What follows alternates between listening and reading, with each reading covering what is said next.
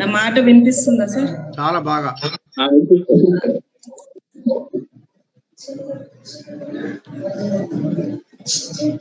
సభా సరస్వతికి నా నమస్కారాలు.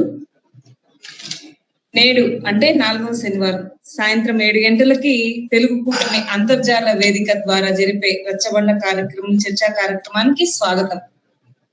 ఈనాటి మన ముఖ్య అతిథి పిఠాపు బాలసుబ్రహ్మణ్యం గారు.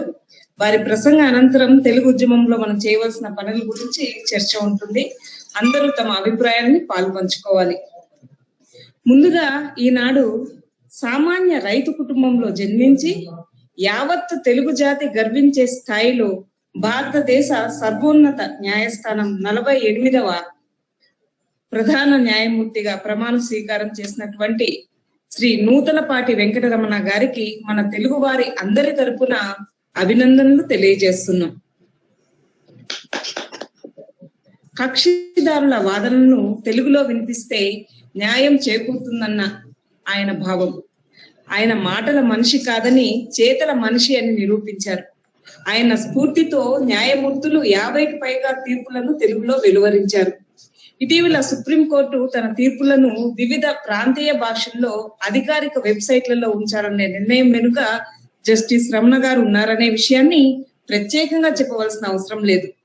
కన్న తల్లి కన్న ఊరు తల్లి భాష అనేది ప్రతి వ్యక్తి జీవితంలోనూ అత్యంత ముఖ్యమైనది.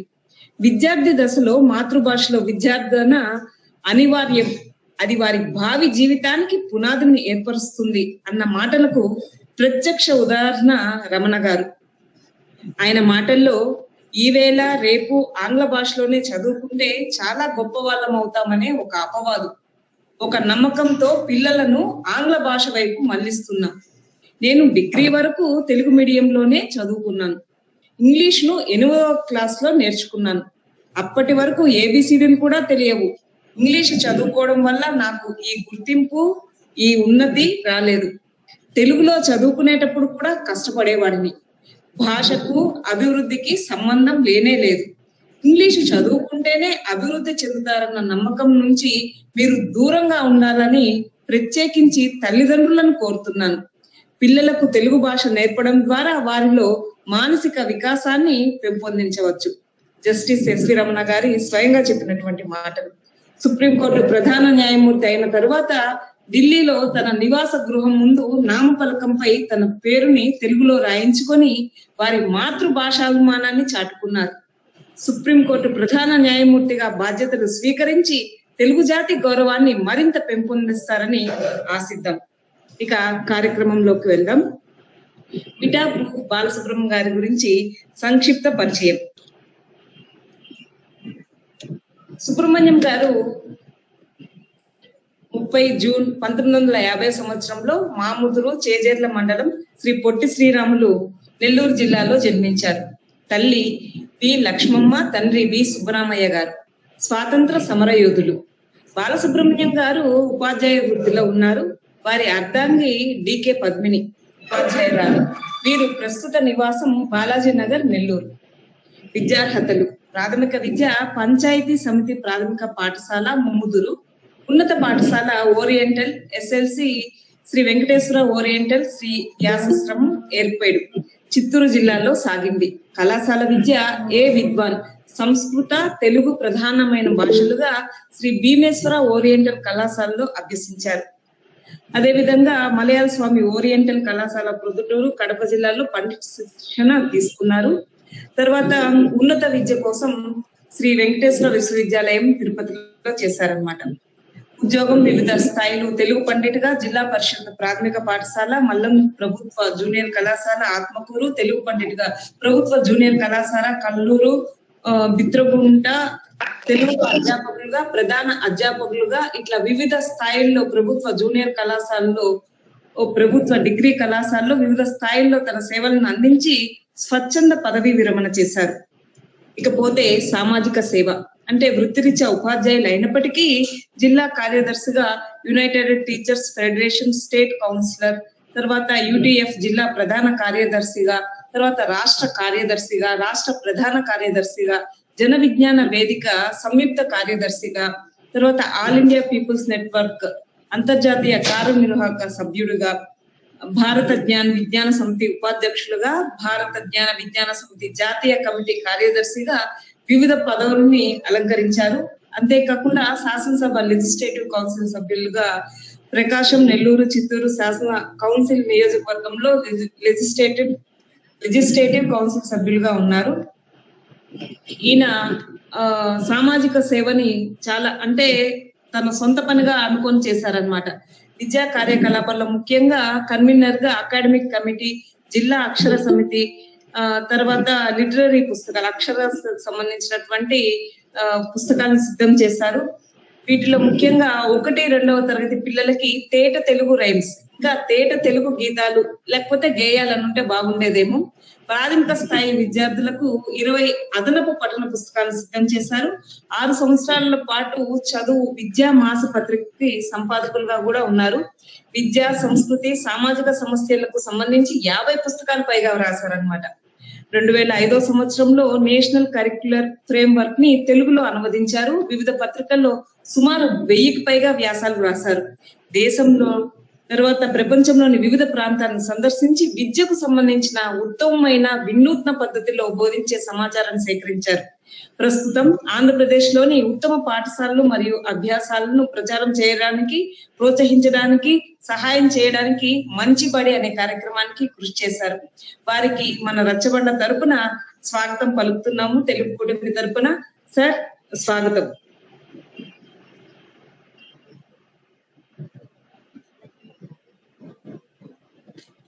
సుబ్రహ్మణ్యం గారు. విఠలమ్మ ఆయన పేరు, మీరు విఠల అన్నారని కానీ కోపం వచ్చింది. నేను గట్టి పేరు, గట్టి పేరు అయితే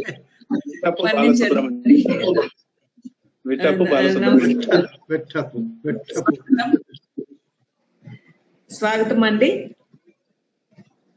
అయ్యా, మీ దగ్గర మైక్ ని అది మోగపోయి ఉంటుంది, దాని మీద మేటాలి. ల్యాప్టాప్ లో ఉన్నారేమో సార్, కంట్రోల్ డి గాని మీరు చెప్పండి ఇన్స్ట్రక్షన్ ఏమి. ల్యాప్టాప్ లో ఉంటే మ్యూట్ అన్మ్యూట్ కంట్రోల్. వచ్చారు సార్, ఓకే కనిపిస్తున్నారు. వినిపిస్తుందా అని బాగా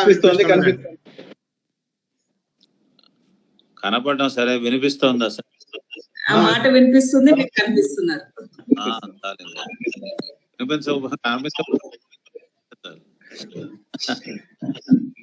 మాట్లాడుకుందాం. చాలా నిజంగా మీరు చెప్పిన ఈరోజు గర్వకారణమైన రోజు. రమణ గారు కేవలము తెలుగువాడు అనే కాదు, తెలుగు మీద ప్రేమాభిమానాలు ఈరోజు అత్యున్నత న్యాయస్థానానికి భారతదేశంలో ఒక రకంగా 2వ స్థానం. ఆ స్థాయికి అంతా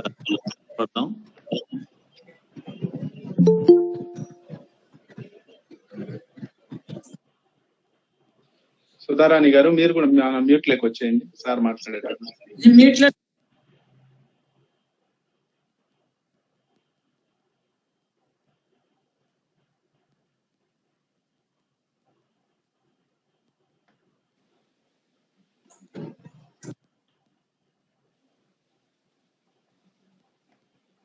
సార్ వినిపించడం లేదు.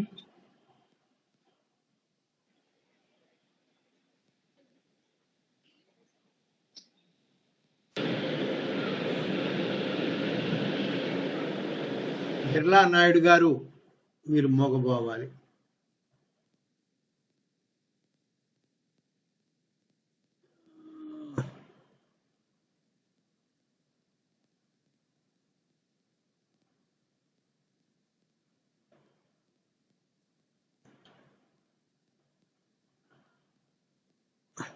రమేష్ నాయుడు గారు, ఆయన గారితో మాట్లాడండి. అసలు బయటికి పోయినట్టుంది. నేను ఉన్నారు సార్, మాట్లాడండి అయ్యా. రమేష్ మాట్లాడొచ్చా? మాట్లాడండి సార్. దాకా వినిపించలేదు మీ మాటలు, ఇప్పుడు మాట్లాడండి, వినిపిస్తోంది. ఇప్పుడు వినిపిస్తుందా?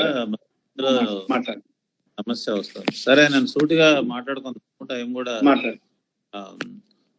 వ్యర్థం కాకుండా ఉండేటట్టుగా. ఒకటి, ముందు నేను ఒక విషయం మీతో చెప్తాను. గత జనవరి ఫిబ్రవరి నెలల్లో మా శాసన మండలి కమిటీ ప్రవాస తెలుగు భాషీయుల భాషా సమస్యల మీద పరిశీలించడం కొరకు ఒరిస్సా, అండమాను, తమిళనాడు, కర్ణాటక ఈ రాష్ట్రాలన్నీ పర్యటించింది. బాధాకరమైన అంశం ఏమిటనంటే రాజ్యాంగంలో స్పష్టంగా మైనారిటీ నేర్చుకోవడానికి తప్పనిసరి ఏర్పాటు ఉండాలి అని ఉంది. ఏ ఒక్క రాష్ట్రంలోనూ కూడా తెలుగు నేర్చుకోవడానికి ఆయా ప్రభుత్వాలు కొద్దిగా కూడా పూచిపట్టం లేదు. చారిత్రకంగా ఒక పరిణామ క్రమంలో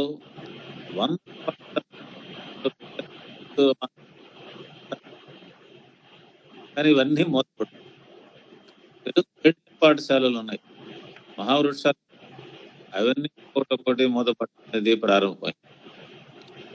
ఈరోజు తెలుగు టీచర్ నియమించడం పూర్తిగా దాదాపు నిషేధం. తమిళనాడు జరిగింది, ఒరిస్సాలోనూ అదే జరిగింది, అండమాన్లోనూ కూడా దాదాపు అలా జరిగింది.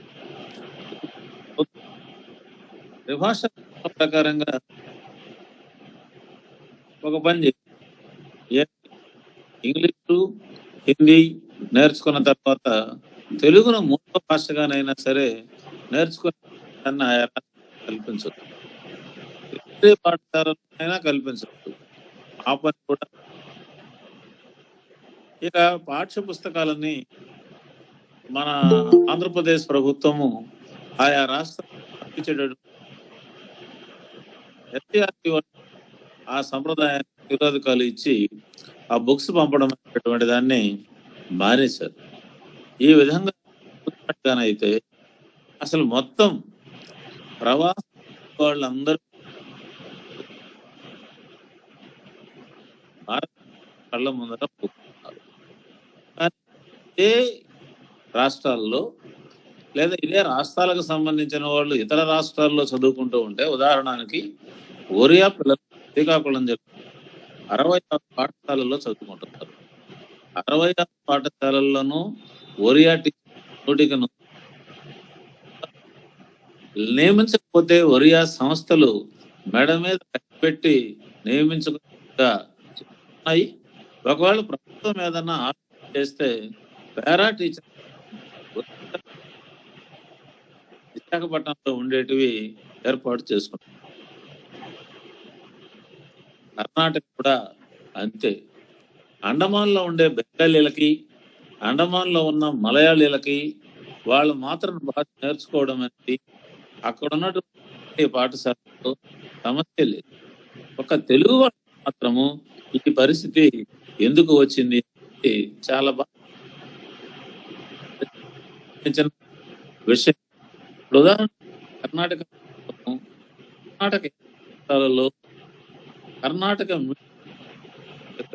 అయ్యా, మీ మాటలు కొన్ని వినపడటం లేదు, ఎందుకో మరి తెలియటం లేదు. కాస్త దగ్గరగా పెట్టండి, నెమ్మదిగా మాట్లాడండి. రమేష్ వినిపిస్తుంది ఇప్పుడు స్పష్టంగా? ఇప్పుడు వినిపిస్తుంది సార్. మీరు కూడా మ్యూట్ లోకి వచ్చేయండి సార్. ఒక్కరే మాట్లాడేటప్పుడు సార్ మాత్రమే అన్మ్యూట్ లో ఉంటారు. నేను నా రూమ్ లో ఉన్నాను, ఇక్కడ ఏమో డిస్టర్బెన్స్ ఉండేదానికి అవకాశం లేదు. నెట్వర్క్ ప్రాబ్లం ఉండేది. ఇప్పుడు ఇలాగన చూసినట్టు నెట్వర్క్ ఏం ప్రాబ్లం లేదే, బాగానే వస్తుంది. మీరందరూ మాట్లాడేది నాకు బాగా వినిపిస్తుంది. నేను ఈ విషయాన్ని చాలా బాధాకరంగా మీకు చెబుతున్నా, ఎందుకంటే మేము ఇప్పుడు ఒక రిపోర్ట్ దీని మీద తయారు చేస్తున్నాం. ఈ రిపోర్ట్ తయారు చేసి పబ్లిక్ ముందర పెట్టాలని, ముఖ్యమంత్రి గారికి ఇవ్వాలనే ఉద్దేశంతో మొన్న 3 రోజుల నుంచి ఆ రిపోర్టు ఫైనల్ చేయడంలో నేను తలమునకలుగా ఉన్నానన్నమాట. ఇది కనిపిస్తా ఉంది. ఇప్పుడు తమిళనాడు ప్రభుత్వము ఇతర రాష్ట్రాల్లో తమిళం చదువుకునేటటువంటి పిల్లలకి స్కాలర్షిప్లు ఇస్తూ ఉంది. అలాగే మలయాళీలు, బెంగాలీలు ఇతర రాష్ట్రాల్లో చదువుకున్నటువంటి వాళ్ళ విద్యార్థులకి మెడిసిన్, ఇంజనీరింగ్ సీట్లలో కొద్ది కోటాను ఇవ్వడానికి ఉత్తర్వులు ఇచ్చాయి. కానీ ఒక్క ఆంధ్రప్రదేశ్ ప్రభుత్వం మాత్రం అసలు ఆ వైపు నుంచి ఆలోచించడం అనేటటువంటిది ఏమీ లేకపోగా ప్రవాస తెలుగు భాషీయులు దిక్కులేని వాళ్ళుగా వదిలేయడం అనేటటువంటిది జరిగింది. ఇది చాలా బాధాకరం. ఇందులో రెండో భాగం కూడా ఉంది. సరే, వీళ్ళు అక్కడున్న మన తెలుగు సంఘాలు, సాంస్కృతిక భాష కళా సంఘాలు ఇవి ఏం చేస్తున్నాయనే దాన్ని కూడా మేము పరిశీలించాం.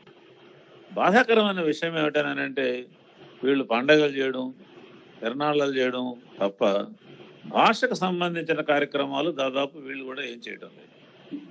ఉదాహరణకి స్వాతంత్రానికి రాకముందర ఉన్నటువంటి పెద్ద పెద్ద సంస్థలు ఉన్నాయి ఒరిస్సాలో, తెలుగు వాళ్ళ సంస్థలు. ఒక చిన్న లైబ్రరీని కూడా వాళ్ళైతే మెయింటైన్ చేయడం అనేటటువంటిది లేదు. తెలుగు పుస్తకాలన్నీ తెలుగు పిల్లలకి, తెలుగు ప్రజానీకానికి అందుబాటులో ఉంచేటటువంటి ప్రయత్నము అసలు చేయటం లేదు.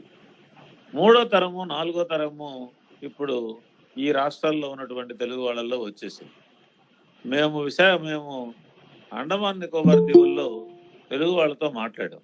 మీరు ఇళ్లలో ఏం భాష మాట్లాడుకుంటున్నారు ఇప్పుడు అని చెప్పి. దాదాపు అందరూ మేము హిందీ మాట్లాడుకుంటున్నాం సార్, మా పిల్లలు హిందీలోనే మాట్లాడుకుంటున్నారు అని చెప్పి. నేను అండమాన్ నికోబార్ దీవుల్లో ఉన్న పాఠశాలలకు వెళ్ళాను. చాలా తెలుగు పాఠశాలలు అక్కడ ఉండేవి. ఇప్పటికి కూడా తెలుగు విద్యార్థులు చాలా పెద్ద సంఖ్యలో అక్కడ ఉన్నారు. అక్కడ టీచర్లని, తెలుగు పండితులని నియమించడంలో ప్రాబ్లం ఏమీ లేదు, ఎందుకంటే కేంద్రీయ పాఠశాలలు కాబట్టి అక్కడ ఏమి బ్యాన్ మరొకటి ఇంకొకటి లేదు. నేను ఆ పిల్లల్ని అడిగాను, ఏమ్మా మీరు ఇంట్లో ఏ భాషలో మాట్లాడుకుంటారు అని అంటే, మేము హిందీలో మాట్లాడుకోవటం అలవాటు చేసుకున్నాం సార్, మా అమ్మ నాన్న మా బంధువులు ఎవరు కూడా తెలుగులో మాట్లాడడం లేదని చెప్పారు.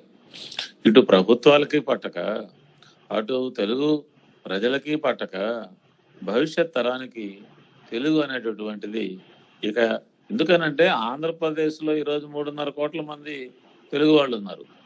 ఆంధ్రప్రదేశ్లో ఎంతమంది ఉన్నారో అంతకంటే దాదాపు 1.5 రెట్లు బెంగాలు, అండమాను, కర్ణాటక, తమిళనాడు, ఒరిస్సా రాష్ట్రాలలో ఇంకా బయట కూడా ఉన్నారు.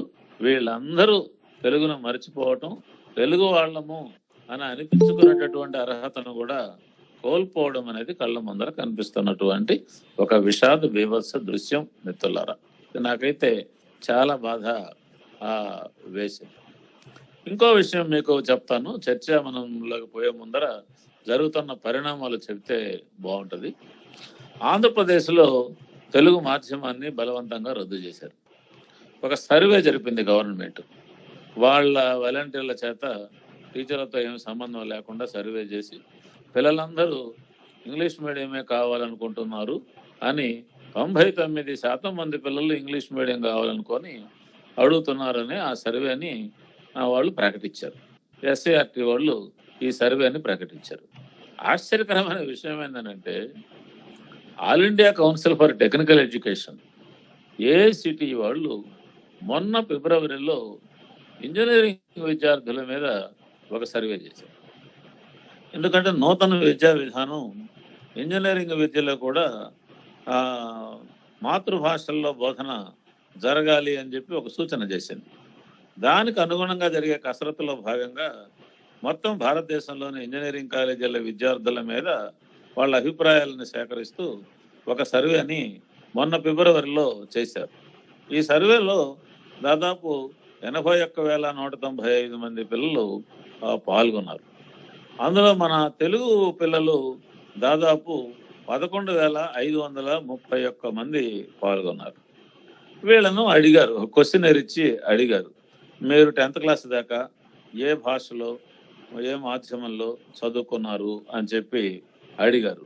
అందులో దాదాపు 78% మంది పిల్లలు మేము ఇంగ్లీష్ మీడియంలో చదువుకున్నాము అని చెప్పి చెప్పారు. ఇంటర్మీడియట్లో ఏ మాధ్యమంలో చదువుకుంటున్నారు అని అడిగారు. 80% పైగా పిల్లలు మేము ఇంగ్లీష్ మీడియంలో నుంచే చదువుకొని వచ్చాము అని చెప్పి చెప్పారు. సరే, అంతవరకు ఒక రకం.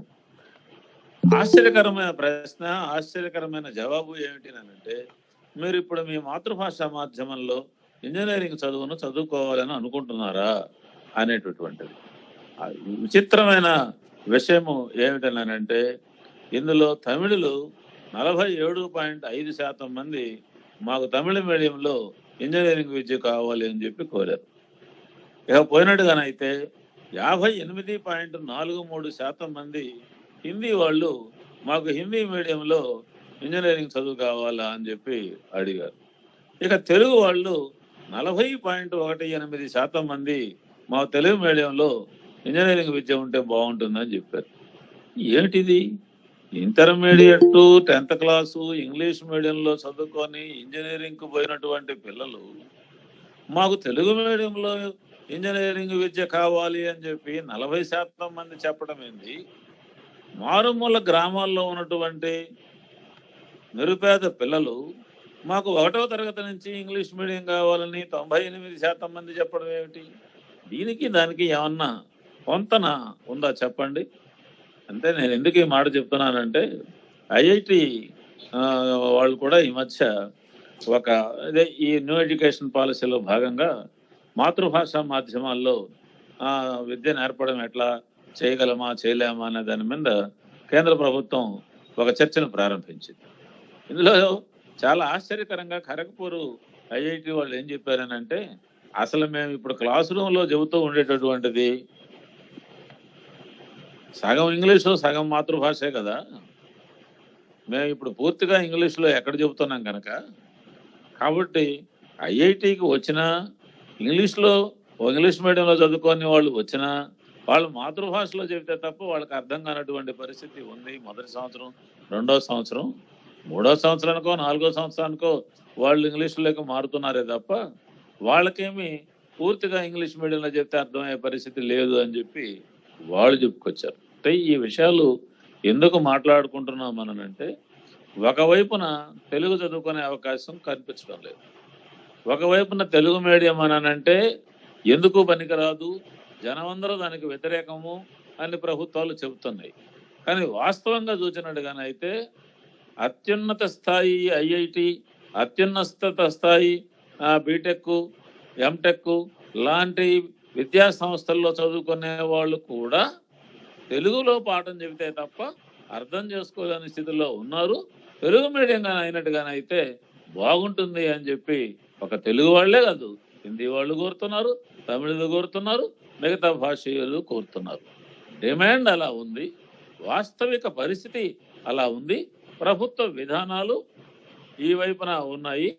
అంతేకాకుండా మన పత్రికలు, మన మేధావులు, రకరకాలైనటువంటి సోకాల్డ్ విద్యావేత్తలు, ఇంకా ఆర్థిక వేత్తలు, వీళ్ళ సామాజిక శాస్త్రవేత్తలని చెప్పుకునేటటువంటి వాళ్ళు, వీళ్ళందరూ ఇంగ్లీష్ లేకుంటే ప్రాణం పోతుందని, ఇంగ్లీష్ తప్ప మరొకటి అవసరం లేదని ప్రజలందరూ అనుకుంటున్నారని, మరీ అట్టడుగు వర్గాల వాళ్ళు ఇంగ్లీష్తోనే వాళ్ళకి భవిష్యత్ అని చెప్పి అనుకుంటున్నారని, తెలుగు మీడియము అడిగేటటువంటి వాళ్ళందరూ పరమ దుర్మార్గులు, పేదలకు వ్యతిరేకులు, అభివృద్ధి నిరోధకులు, వాస్తవికత ఏమాత్రం అర్థం కాకుండా ఉండేటటువంటి ఛాందసవాదులు అనేటటువంటి ఒక బిల్డప్ ఇస్తున్నారు.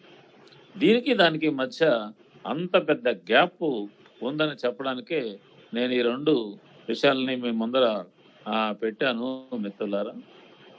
పోతే ఏమిటి, ఈరోజు మేము ప్రధానంగా మిత్రులారా విద్యారంగంలో పనిచేస్తాం. మాకు దాదాపు 1,20,000 మంది ఉపాధ్యాయులు మా ఆర్గనైజేషన్స్లో ఉన్నారు. రోజు స్కూళ్ళల్లో స్కూళ్ళు తిరుగుతూ ఉంటాం, టీచర్లతో మాట్లాడుతూ ఉంటాం, పిల్లలతో సంభాషిస్తూ ఉంటాం. ఈ విద్యారంగాన్ని గురించి ఎక్కడెక్కడ ఏం జరిగినా తెలుసుకుంటూ ఉంటాం. అసలు వాస్తవికంగా పాఠశాల స్థాయిలో ఏం జరుగుతోంది, ప్రభుత్వాల స్థాయిలో ఏం జరుగుతూ ఉంది, అసలు ప్రజలు ఏమనుకుంటూ ఉన్నారు, అసలు చిట్ట చివరికి ఎక్కడికి ఈ విద్య, ఎక్కడికి మన పిల్లలు వెళ్ళిపోతున్నారు అనేటటువంటి దాని మీద మేమేదో ఐవార్ల ప్రయోజనాలని ఆశించి ఈ సంఘంలో పనిచేయడం లేదు. చాలా సీరియస్గా మన పిల్లల గురించి, చదువుల గురించి, సంస్కృతిని గురించి, భాషను గురించి రెగ్యులర్గా మాట్లాడుకునే వాళ్ళము, దాని మీద తపన పడేవాళ్ళము. మేము చూస్తే చాలా బాధాకరమైన అంశాలు కనిపిస్తా ఉన్నాయి. 2-3 మేము ముందర ప్రస్తావన చేస్తా. ఒకటి, ఇది చాలా చర్చ జరిగింది ఈ దేశంలో, ఇంగ్లీషు నేర్పడానికి సంబంధించి. సరే, ఇంగ్లీషు ఒక అవసరంగా చారిత్రకంగా భారతదేశంలో వచ్చింది.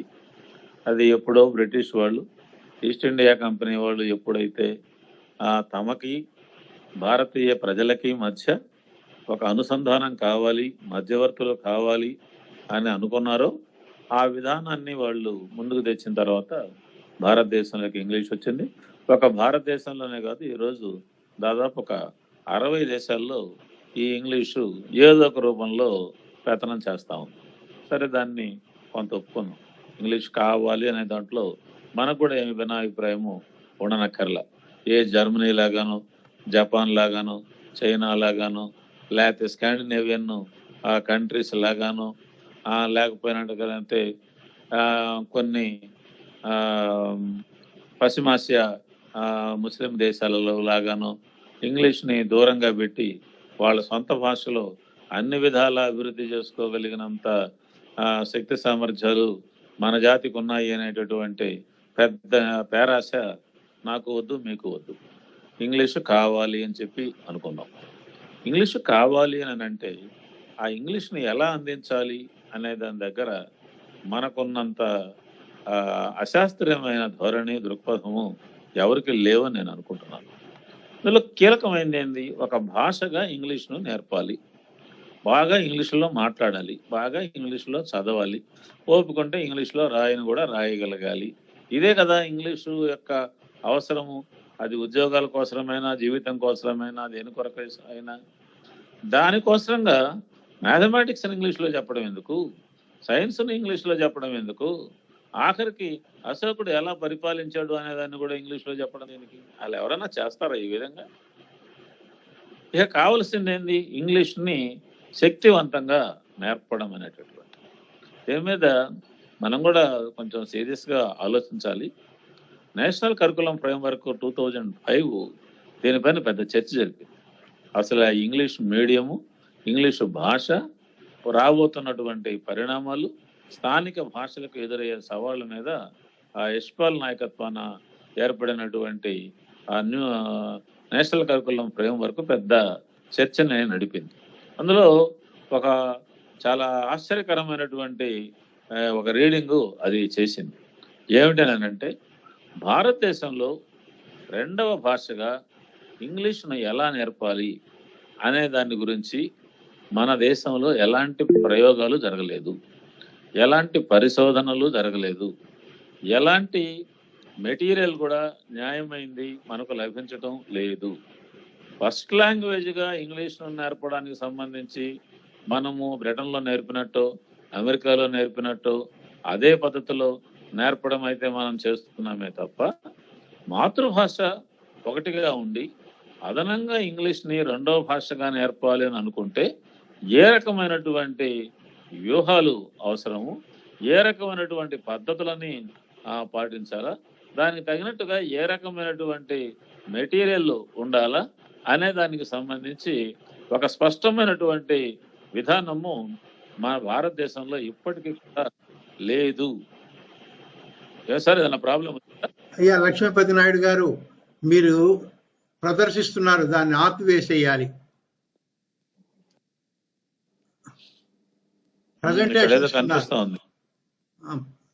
లక్ష్మీపతి నాయుడు గారు, ప్రజెంటేషన్ మీరు ఆపాలి. ఎవరు సలహా అన్న తీసుకోండి. సరే, మీరు కానివ్వండి, మీ మాట వినపడుతుంది. సరే సార్, ఇది దీని మీద పెద్ద చర్చని వాళ్ళు జరిపారు.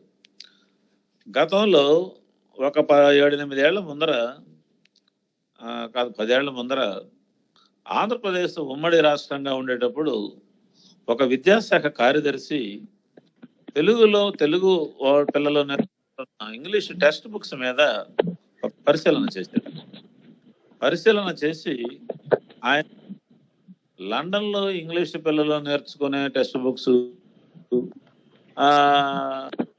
మన ఆంధ్రప్రదేశ్లో ఏదో మారుమూల ఒక గ్రామంలో ఇంగ్లీష్ మీడియంలో చదువుకునేటటువంటి టెక్స్ట్ బుక్స్, ఇవి 2 ఒకే రకంగా ఉన్నాయి.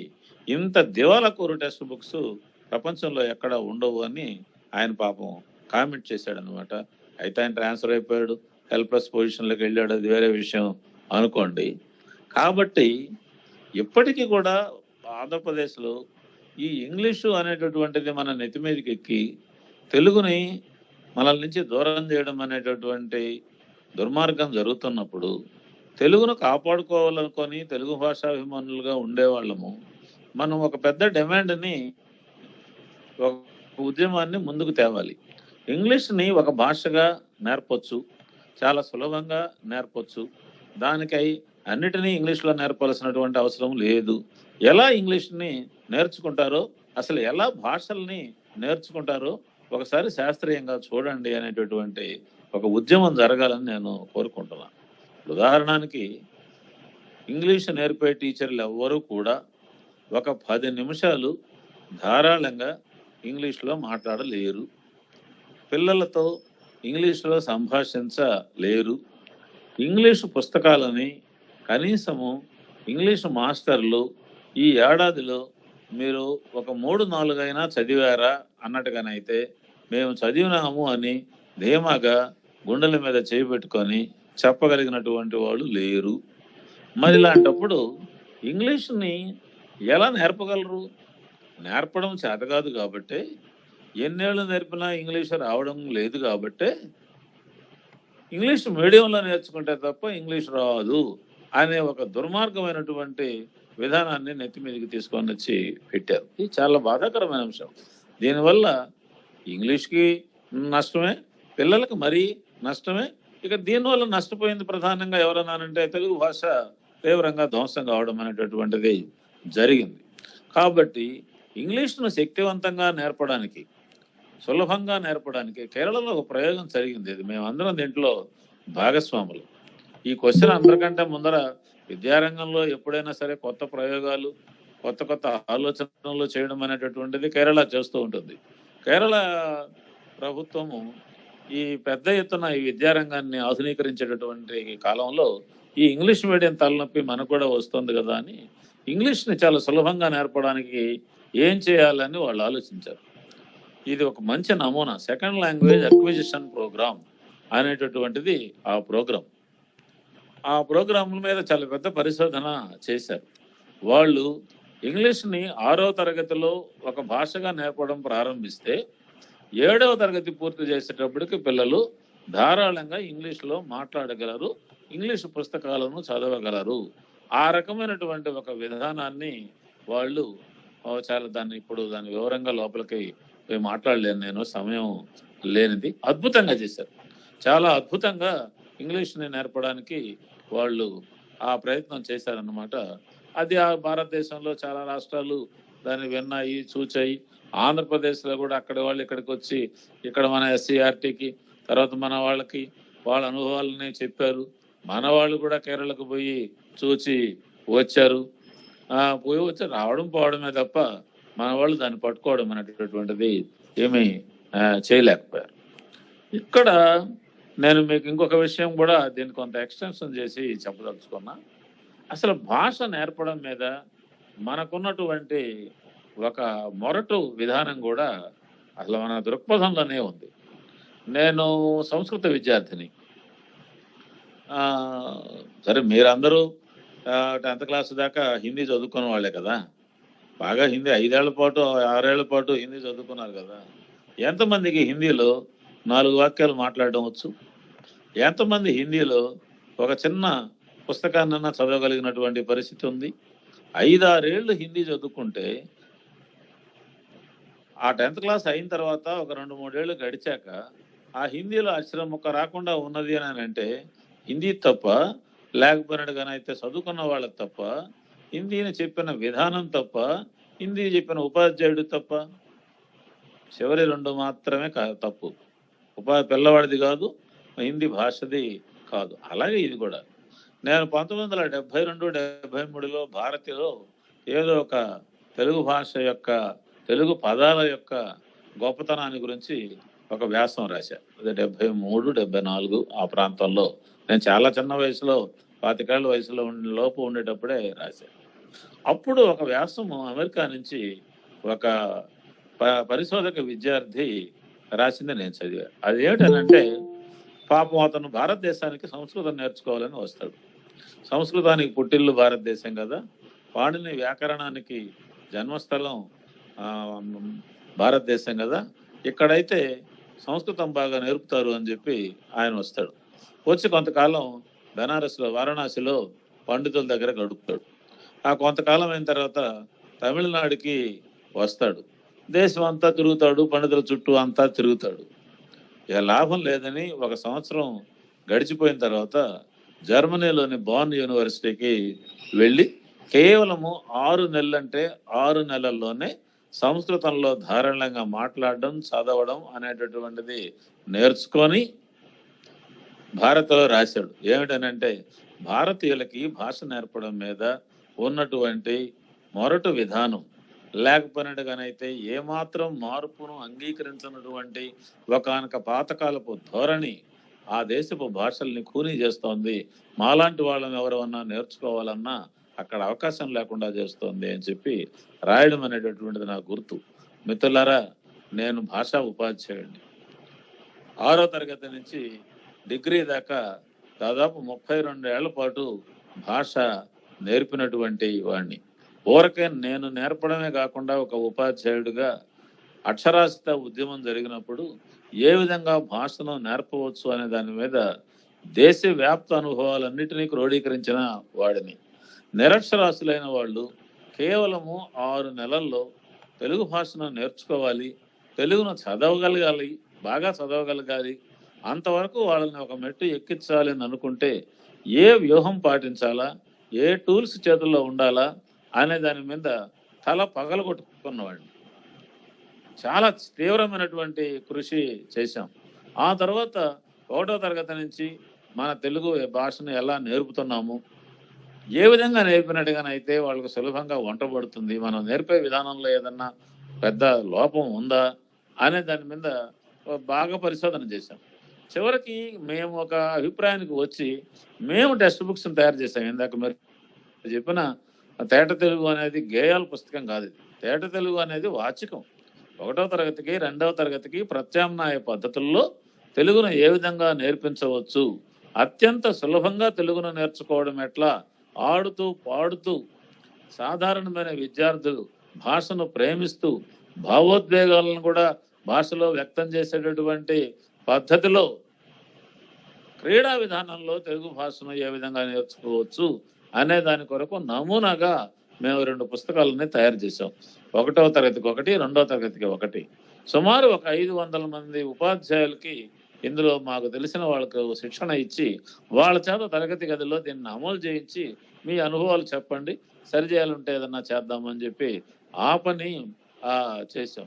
దానికి అనుబంధంగా పిల్లలు ఏ స్థాయి భాష నేర్చుకుంటే ఆ స్థాయిలో, ఉదాహరణకి కేవలం అక్షరాలు మాత్రమే నేర్చుకుంటే ఆ అక్షరాలు, గుణింతాలు, ద్విత్వాలు, సంయుక్తాలు లేకుండా అంతవరకే పరిమితమయ్యి చదవగలిగినటువంటి మెటీరియల్ కూడా తయారు చేశాం.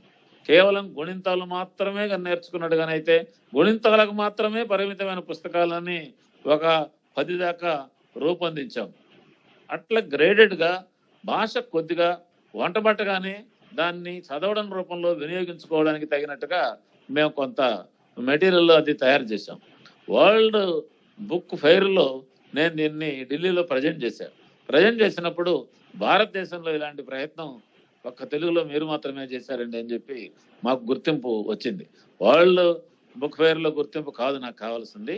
నాకు కావాల్సిన గుర్తింపు కింద ఉన్నటువంటి 1, 2 తరగతుల లేదా ప్రైమరీ పాఠశాలల పిల్లల దగ్గర నుంచి, వాళ్ళ తల్లిదండ్రుల దగ్గర నుంచి, ఉపాధ్యాయుల దగ్గర నుంచి ఒక భరోసా, ఒక నమ్మకం, తెలుగుని ఇలా నేర్పగలం, పిల్లలు నేర్చుకోగలరు, మనం నేర్పే విధానంలో తప్పే తప్ప నేర్చుకునే పిల్లల్లో తప్పు లేదు.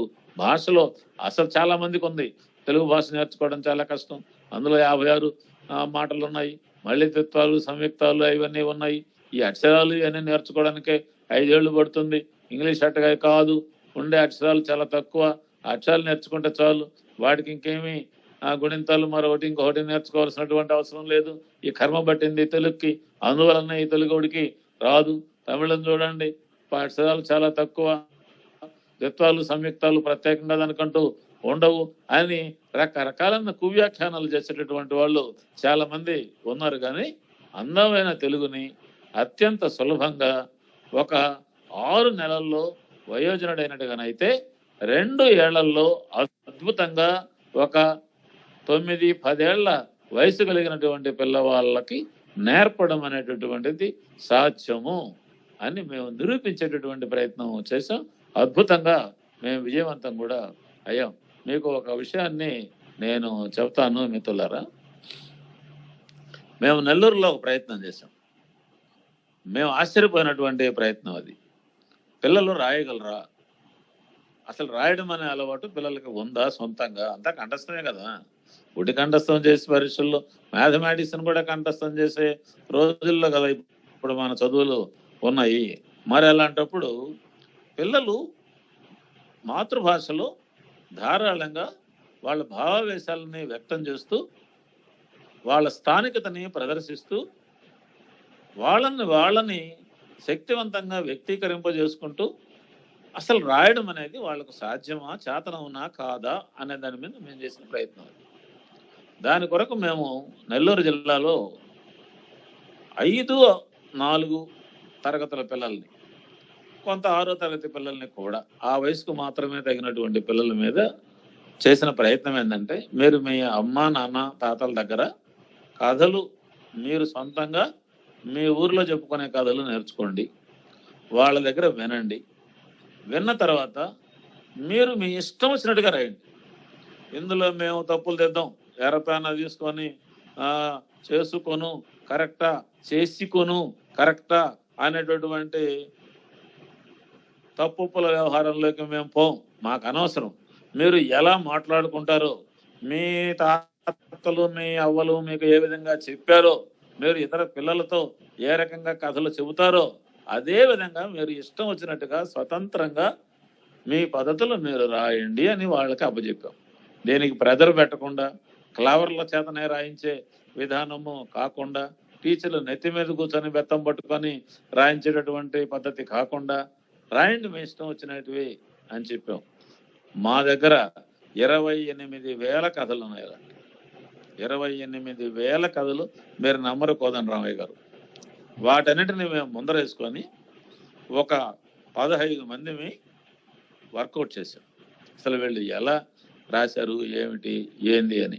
ఆ తర్వాత అందులో కొంచెం మంచిగా ఉండే కథల్ని ఒక 100ని గుర్తించి నెల్లూరు పిల్లోళ్ళ కథలు అనే పేరుతో, వాళ్ళ ఫోటోతో ఒక బుక్ను కూడా మేము తీసుకొని వచ్చాం. సరే, అది ఎలా ఉంచండి. కానీ అది చూసినప్పుడు నాకు అనిపించింది, అసలుకి ఈ బడిలో నేర్పే భాష, బడిలో మాస్టర్లు భాష మీద పెట్టేటటువంటి అంశాలు అనేటటువంటివి గాన లేకుండా పోయినట్టుగానైతే మన పిల్లలు అద్భుతంగా రాయగలరు అని మేము ఒక అభిప్రాయానికి వచ్చాం. అసలు ఆ కథలను చూస్తే అమ్మ సుధారాణి గారు, నాకు అసలు ఎంత ఆనందమో ఆవేశం అంటే, ఎంత ఆవేశం. ఒక్క బిడ్డ కూడా అనగనగా ఒక రాజు అని ప్రారంభించలే. సామాన్యంగా మనం కథలు చెప్పేటప్పుడు, కథలు రాసేటప్పుడు అనగనగా ఒక రాజు, అనగనగా ఒక రైతు అని రాస్తాం. ఈ పిల్లల భాష ఎలా ఉంటుందంటే, అప్పుడంట ఆ ఊళ్ళో అంట ఒక రాజు ఉండేవాడంట, ఆయనకి ఒక పెళ్ళం ఉండేదంట అని బిగినవుతుంది. అంటే ఏమిటి?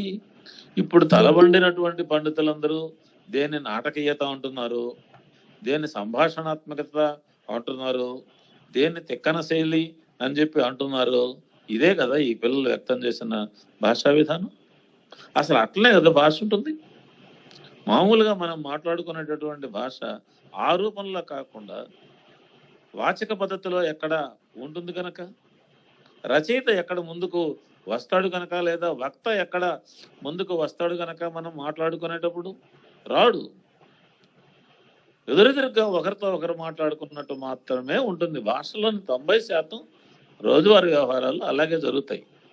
పిల్లలు ఆ ప్రపంచంలో ఉన్నారు కాబట్టి, వాళ్ళకి అది వంట పట్టింది కాబట్టి, దాన్ని రాయడానికి మనం అనుమతించాం కాబట్టి, అదే సరైన భాష, అదే సరైన పద్ధతి అని చెప్పి మనం వాళ్ళని ప్రోత్సహించాం కాబట్టి, ఇంకా ఒక మాటలో చెప్పాలనంటే ఆ భాషను భాషగా, అలా రాయడాన్ని రాయడంగా, అదే న్యాయమైనటువంటి పద్ధతిగా పెద్దవాళ్ళము మనము భాషా భేషజాన్ని వదిలిపెట్టి అంగీకరించినాము కాబట్టి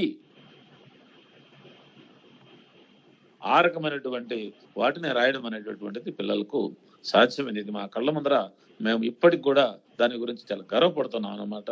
అయితే ఎందుకు ఆ రకమైన పని మన తరగతి గదిలో జరగడం లేదు? అసలు నిజంగా పిల్లలు వక్తృత్వపు కార్యక్రమంలో పాల్గొనేటప్పుడు కూడా కంఠస్థం చేసిన దాన్ని, కాగితం మీద రాసుకున్న దాన్ని, గ్రాంధిక భాషలో ఉండేదాన్ని ఎందుకని మాట్లాడతారు? రోజువారీ మాట్లాడుకునేటట్టుగా అసలు వక్తృత్వంలోనే మీరు వాళ్ళు మాట్లాడుకునేటట్టుగా మాట్లాడుకోవడానికి ఒప్పుకోకుండా అక్కడ తీసుకొని వచ్చి గ్రాంధికాన్ని ప్రవేశపెట్టినటువంటి వాళ్ళు రాయడం దగ్గరికి వచ్చేటప్పుడు అసలు ఒప్పుకుంటారా? ఒప్పుకోవడం లేదు. మరి మన తెలుగు పండితులు అసలు ఒప్పుకోవడం లేదు. రాకొమిస్తే రూ రాయాలన్నా, ఋషికి రూలో రూ రాయాలన్నా అనే దగ్గర మనం తల పగలు కొట్టుకుంటాం. ఏదో ఒకడు వాడు ఋషే కదా రాయనండి. ఇంకొంచెం పెద్దవాడు అయిన తర్వాత ఆ పుస్తకం ఈ పుస్తకం చూసిన తర్వాత ఇది సరైంది కాదు, ఇది సరైంది అని అర్థం చేసుకొని ఒప్పుకోవడానికి కొంచెం టైము వాడికి ఇవ్వండి కాక వాడికి నెత్తి మీద కూర్చొని ఏం తప్పులు రాస్తాడు అని విశ్వనాథ సత్యనారాయణ గారి దగ్గరికి ఎవరో ఒక పెద్ద ఆయన ఒక పుస్తకం రాసి, గ్రంథం రాసి తీసుకెళ్ళాడట. తీసుకెళ్తే ఆయన ఎంతసేపటికి సార్ మీరు చూసి ఏదన్నా సలహాలు చెప్పండి అని అడిగాడు. ఆయన ఎన్ని రోజులైనా కూడా ఆ పుస్తకం తిరిగి ఇవ్వకుండా ఏడిపిస్తున్నాడు. ఈయన కోపం వచ్చి ఆ విశ్వనాథ్ సత్యనారాయణ గారి దగ్గరికి పోయి, ఏమి సార్ మీరు తప్పులే వెతుకుతున్నారా ఈ పుస్తకం నిండా అని అన్నాడంట. లేదురా, ఒప్పులే వెతుకుతున్నాను, ఎక్కడన్నా ఉంటాయేమోనని అని ఆయన అన్నాడట. ఇది మన ధోరణి. మనం కూడా ఉపాధ్యాయులము ఎక్కడైనా ఒప్పు దొరుకుతుందేమో అని ఎతకడం అనేది తప్ప అసలు వాడి మానాన్ని వాడు రాసినట్టుగానైతే వాడి భావం ఏంది, వాడి ఆవేశం ఏంది, వాడి హృదయం ఏంది, వాడు చెప్పదలుచుకున్నది ఏంది అనే వైపు నుంచి చూడకుండా వాడు ఎలా చెబుతున్నాడు, మనం అనుకున్నట్టు చెబుతున్నాడా లేదా అనే వైపు నుంచి ఎప్పుడైతే వాడిని మెడ మీద కత్తి పెట్టినామో, నేను చాలా సీరియస్గా ఫీల్ అవుతున్నాను ఈ విషయంలో. ఉపాధ్యాయులు పిల్లలకు భాష నేర్పడం మీద వాళ్ళకున్న దృక్పథంగా మారకపోయినట్టుగానైతే భాష అన్యాయము అవుతుంది. అట్లాగే భాషకు సంబంధించినంత వరకు చాలా ముఖ్యమైన విషయం చదవడం. పిల్లలు చదవాలి అంతే. అసలు భాష నేర్చుకోవడం అంటే ఏంది? అసలు చదువు నేర్చుకోవడం అంటే కూడా ఏంది? చదువు నేర్చుకోవడం అని దేన్ని అంటారు? చదవడం నేర్చుకోవడాన్నే చదువు నేర్చుకోవడం అని అంటారు. ఇప్పుడు అంతర్జాతీయ స్థాయిలో ఓపీఈడి దేశాలు పిసా అనే ఒక అంతర్జాతీయ పరీక్షని పిల్లలకి పెడుతున్నాయి. మీకు తెలుసు, అది హై స్కూల్ విద్యార్థుల చివరి దశలో జరిగేటటువంటి పరీక్ష. 72 దేశాలు దాంట్లో పాల్గొంటాయి. పిసా అంటే programme for international standards achievements అనేది ఒక ప్రామాణికమైనటువంటి పరీక్ష. ఆయా దేశాల్లో విద్యా ప్రమాణాలు ఎలా ఉన్నాయి, ఏ భాషీయుల లేకపోయినట్టుగానైతే ఏ మైనారిటీల, ఏ వెనకబడిన వర్గాల యొక్క చదువులు కూడా ఎలా ఉన్నాయి అనే దాని మీద అత్యంత శాస్త్రీయంగా వాళ్ళు ప్రతి సంవత్సరము పరిశోధన కొరకు కూడా చేసి దేశాలకి వాళ్ళు గ్రేడింగ్ కూడా ఇస్తారు. మీరు ఇంటర్నెట్లోకి వెళ్ళి పిసా అనుకుంటున్నట్టుగానైతే వస్తుంది. ఇందులో దేన్ని పరిశీలిస్తారు? పిల్లవాడి యొక్క సామర్థ్యాలని పరిశీలించాలనే దాంట్లో రీడింగ్ని పరిశీలిస్తారు. రీడింగ్ సామర్థ్యం, పఠన సామర్థ్యము ఎంత ఉంది, ఇది ఒక విద్యకి ఒక ప్రధానమైన ప్రమాణం. ఇదేదో అదనంగా చదువుకి అవసరమైనటువంటి మన వాళ్ళు చెప్పే కో కరికులర్, సహకరికులర్ లేకపోతే ఎక్స్ట్రా కరికులర్ అనే దిక్కుమాలిన పదాలు ఉన్నాయి. ఆ యాక్టివిటీ కాదు. డ్రిల్ నేర్చుకునేటట్టుగా అదనంగా తీరుకున్నప్పుడు పుస్తకం చదవమని కాదు. పుస్తకము చదవడమే చదువు. అసలు పుస్తకాలు చదవడమే చదువు. ఆ రూపంలో ఈ పిసా ఉంటుంది. ఇది ఏం చెబుతుంది? బాగా చదవడము నేర్చుకున్న అంటే ధారాళంగా చదవడము, సమగ్రంగా చదవడము, తార్కికంగా చదవడము, విమర్శనాత్మక దృక్పథంతో చదవగలగడము, సంతోషంగా ఇష్టంగా చదవడము అనేటటువంటి ఒకానొక నైపుణ్యం అనండి, ఒకానొక ధోరణి అనండి ఏదైతే ఉందో అది సమాజంతో మనల్ని సంధానం చేస్తుంది. చదవడం అనేది మీరు ప్రారంభించిన తర్వాత మీ ప్రపంచం చాలా పెద్దదవుతుంది. సువిశాల ప్రపంచంతో మీరు అనుసంధానం అవుతారు. చదువు యొక్క పరమార్థం ఇదేను అని పేసా నిర్వాహకులు చెప్తారన్నమాట. అంటే దాని అర్థం ఏమని? చదవాలి. నేను ఇప్పుడు మిమ్మల్ని సూటిగా అడుగుతా ఉన్నా. మిమ్మల్ని ఏంటంటే సుధారాణి గారిని, కోదండరామని కాదు, మా పక్కనే ఉన్న రమేష్ని కొంచెం గుచ్చినట్టు నేను అడుగుతా ఉన్నా. నేను ఇంటర్మీడియట్ చాలా రోజులు పాఠాలు చెప్పానమ్మా. డిగ్రీ కాలేజీలో ఇంకా ఎక్కువ రోజులు పాఠాలు చెప్పాను. హై స్కూల్లో కూడా చెప్పాను. ఇంటర్మీడియట్లో క్లాసులో ప్రవేశించగానే పిల్లలని మీరు ఈ 10 ఏళ్ల చదువులో మీరు టెక్స్ట్ బుక్స్ కాకుండా ఇతర పుస్తకాలు ఏమైనా చదివారా? చదివి ఉంటే వాటి పేర్లు చెప్పండి అని అడిగేవాడిని. మీరు నమ్మండి నమ్మకపోండి, 99% మంది పిల్లలు మేము ఒక్క పుస్తకం కూడా చదవలేదు అని చెప్తారు. వాస్తవమా కాదా? ఇంకా భాష బతికేదేంది? చదువు రావడం అనేటటువంటిది ఏంది? అందువల్ల నేను ఒక నిర్ణయానికి వచ్చా. నేను చెప్పే వ్యాకరణంతో, నేను చెప్పే ఛందస్సుతో తెగేది ఏమీ లేదు, తెల్లారేది ఏమీ లేదు అని 50 పుస్తకాలని ఆ స్థాయి పిల్లలు చదవగలిగినటువంటి వాటిని నేను కొని నా దగ్గర పెట్టుకొని ఆ పిల్లలకి ఇచ్చి మీ ఇష్టం వచ్చినప్పుడు ఆదివారాల్లో, శనివారాల్లో దాని మీద మళ్ళీ పరీక్షలు పెట్టడం, దాని మీద మళ్ళీ ప్రశ్నలు అడగడం ఈ వ్యవహారం లేదు. మీరు మీ సొంతంగా చదువుకుంటారా నాయన అని చూద్దామని వాళ్ళకి ఇవ్వడము ప్రారంభించి 2 ఏళ్ళు చేశాను. 2 ఏళ్ల తర్వాత నా ఇంటర్మీడియట్ పరీక్షని ఆ పిల్లలు అద్భుతంగా రాశారు. ఇప్పటికీ కూడా చాలా మంది పిల్లలు ఆ పుస్తకంలో ఆ విషయాన్ని నేను ఇప్పటికీ మర్చిపోలేకుండా ఉన్నాను సార్. టెక్స్ట్ బుక్ లో ఉన్న విషయాన్ని గుర్తుపెట్టుకున్న పాపిస్టోడు ఎవడు లేడు, ఎవరు లేరు. ఇది వాస్తవం. ఇది మీరు 10th క్లాస్ టెక్స్ట్ బుక్ లో ఏం చదివారు ఇప్పుడు చెప్పండి చూద్దాం. ఒక్కరంటే నేను ఈ మధ్య కోదండరామయ్య గారు మన చదువులు ఎట్టున్నాయో చెప్తా. మద్రాస్ ఐఐటి వాళ్ళు ఒక పరిశీలన చేశారు సార్. ఏమిటి? ఐఐటి చదువుకొని వాళ్ళ వృత్తుల్లో ఎక్కడో ఒక చోట ఇమిడి 4-5 ఏళ్ళు అయిపోయిన వాళ్ళని 40 మందిని పట్టుకొచ్చి మీరు 10th క్లాస్ పరీక్షలు రాయండి అని వాళ్ళకి క్వశ్చన్ పేపర్లు ఇచ్చారు. నమ్మండి నమ్మకపోండి, 84% మంది ఫెయిల్ అయ్యారు. వాడికి ఆ హిందీ ఏమొచ్చు, వాడికి ఆ తెలుగు ఏమొచ్చు, ఐఐటి చదువుకున్నా అంటే నీకు అక్కడ దాకా పోయేటప్పటికి ఇవన్నీ ఎందుకు పనికి రాకుండా జీవితంలో వదిలేసుకున్నాడు అన్నమాట. మర్చిపోయాడు అన్నమాట. మర్చిపోయేదాన్నే కదా నువ్వు చెప్పావు ఇప్పుడు దాకా. ఐన్స్టీన్ చాలా గొప్పగా అంటాడు, జ్ఞానం అంటే ఏమిటి అని ప్రశ్నేస్తాడు. బడి చదువు అయిపోయాక, జీవితంలోకి ప్రవేశించాక బడిలో చెప్పింది ఏది మిగిలి ఉందో అదే జ్ఞానం అని అంటాడు.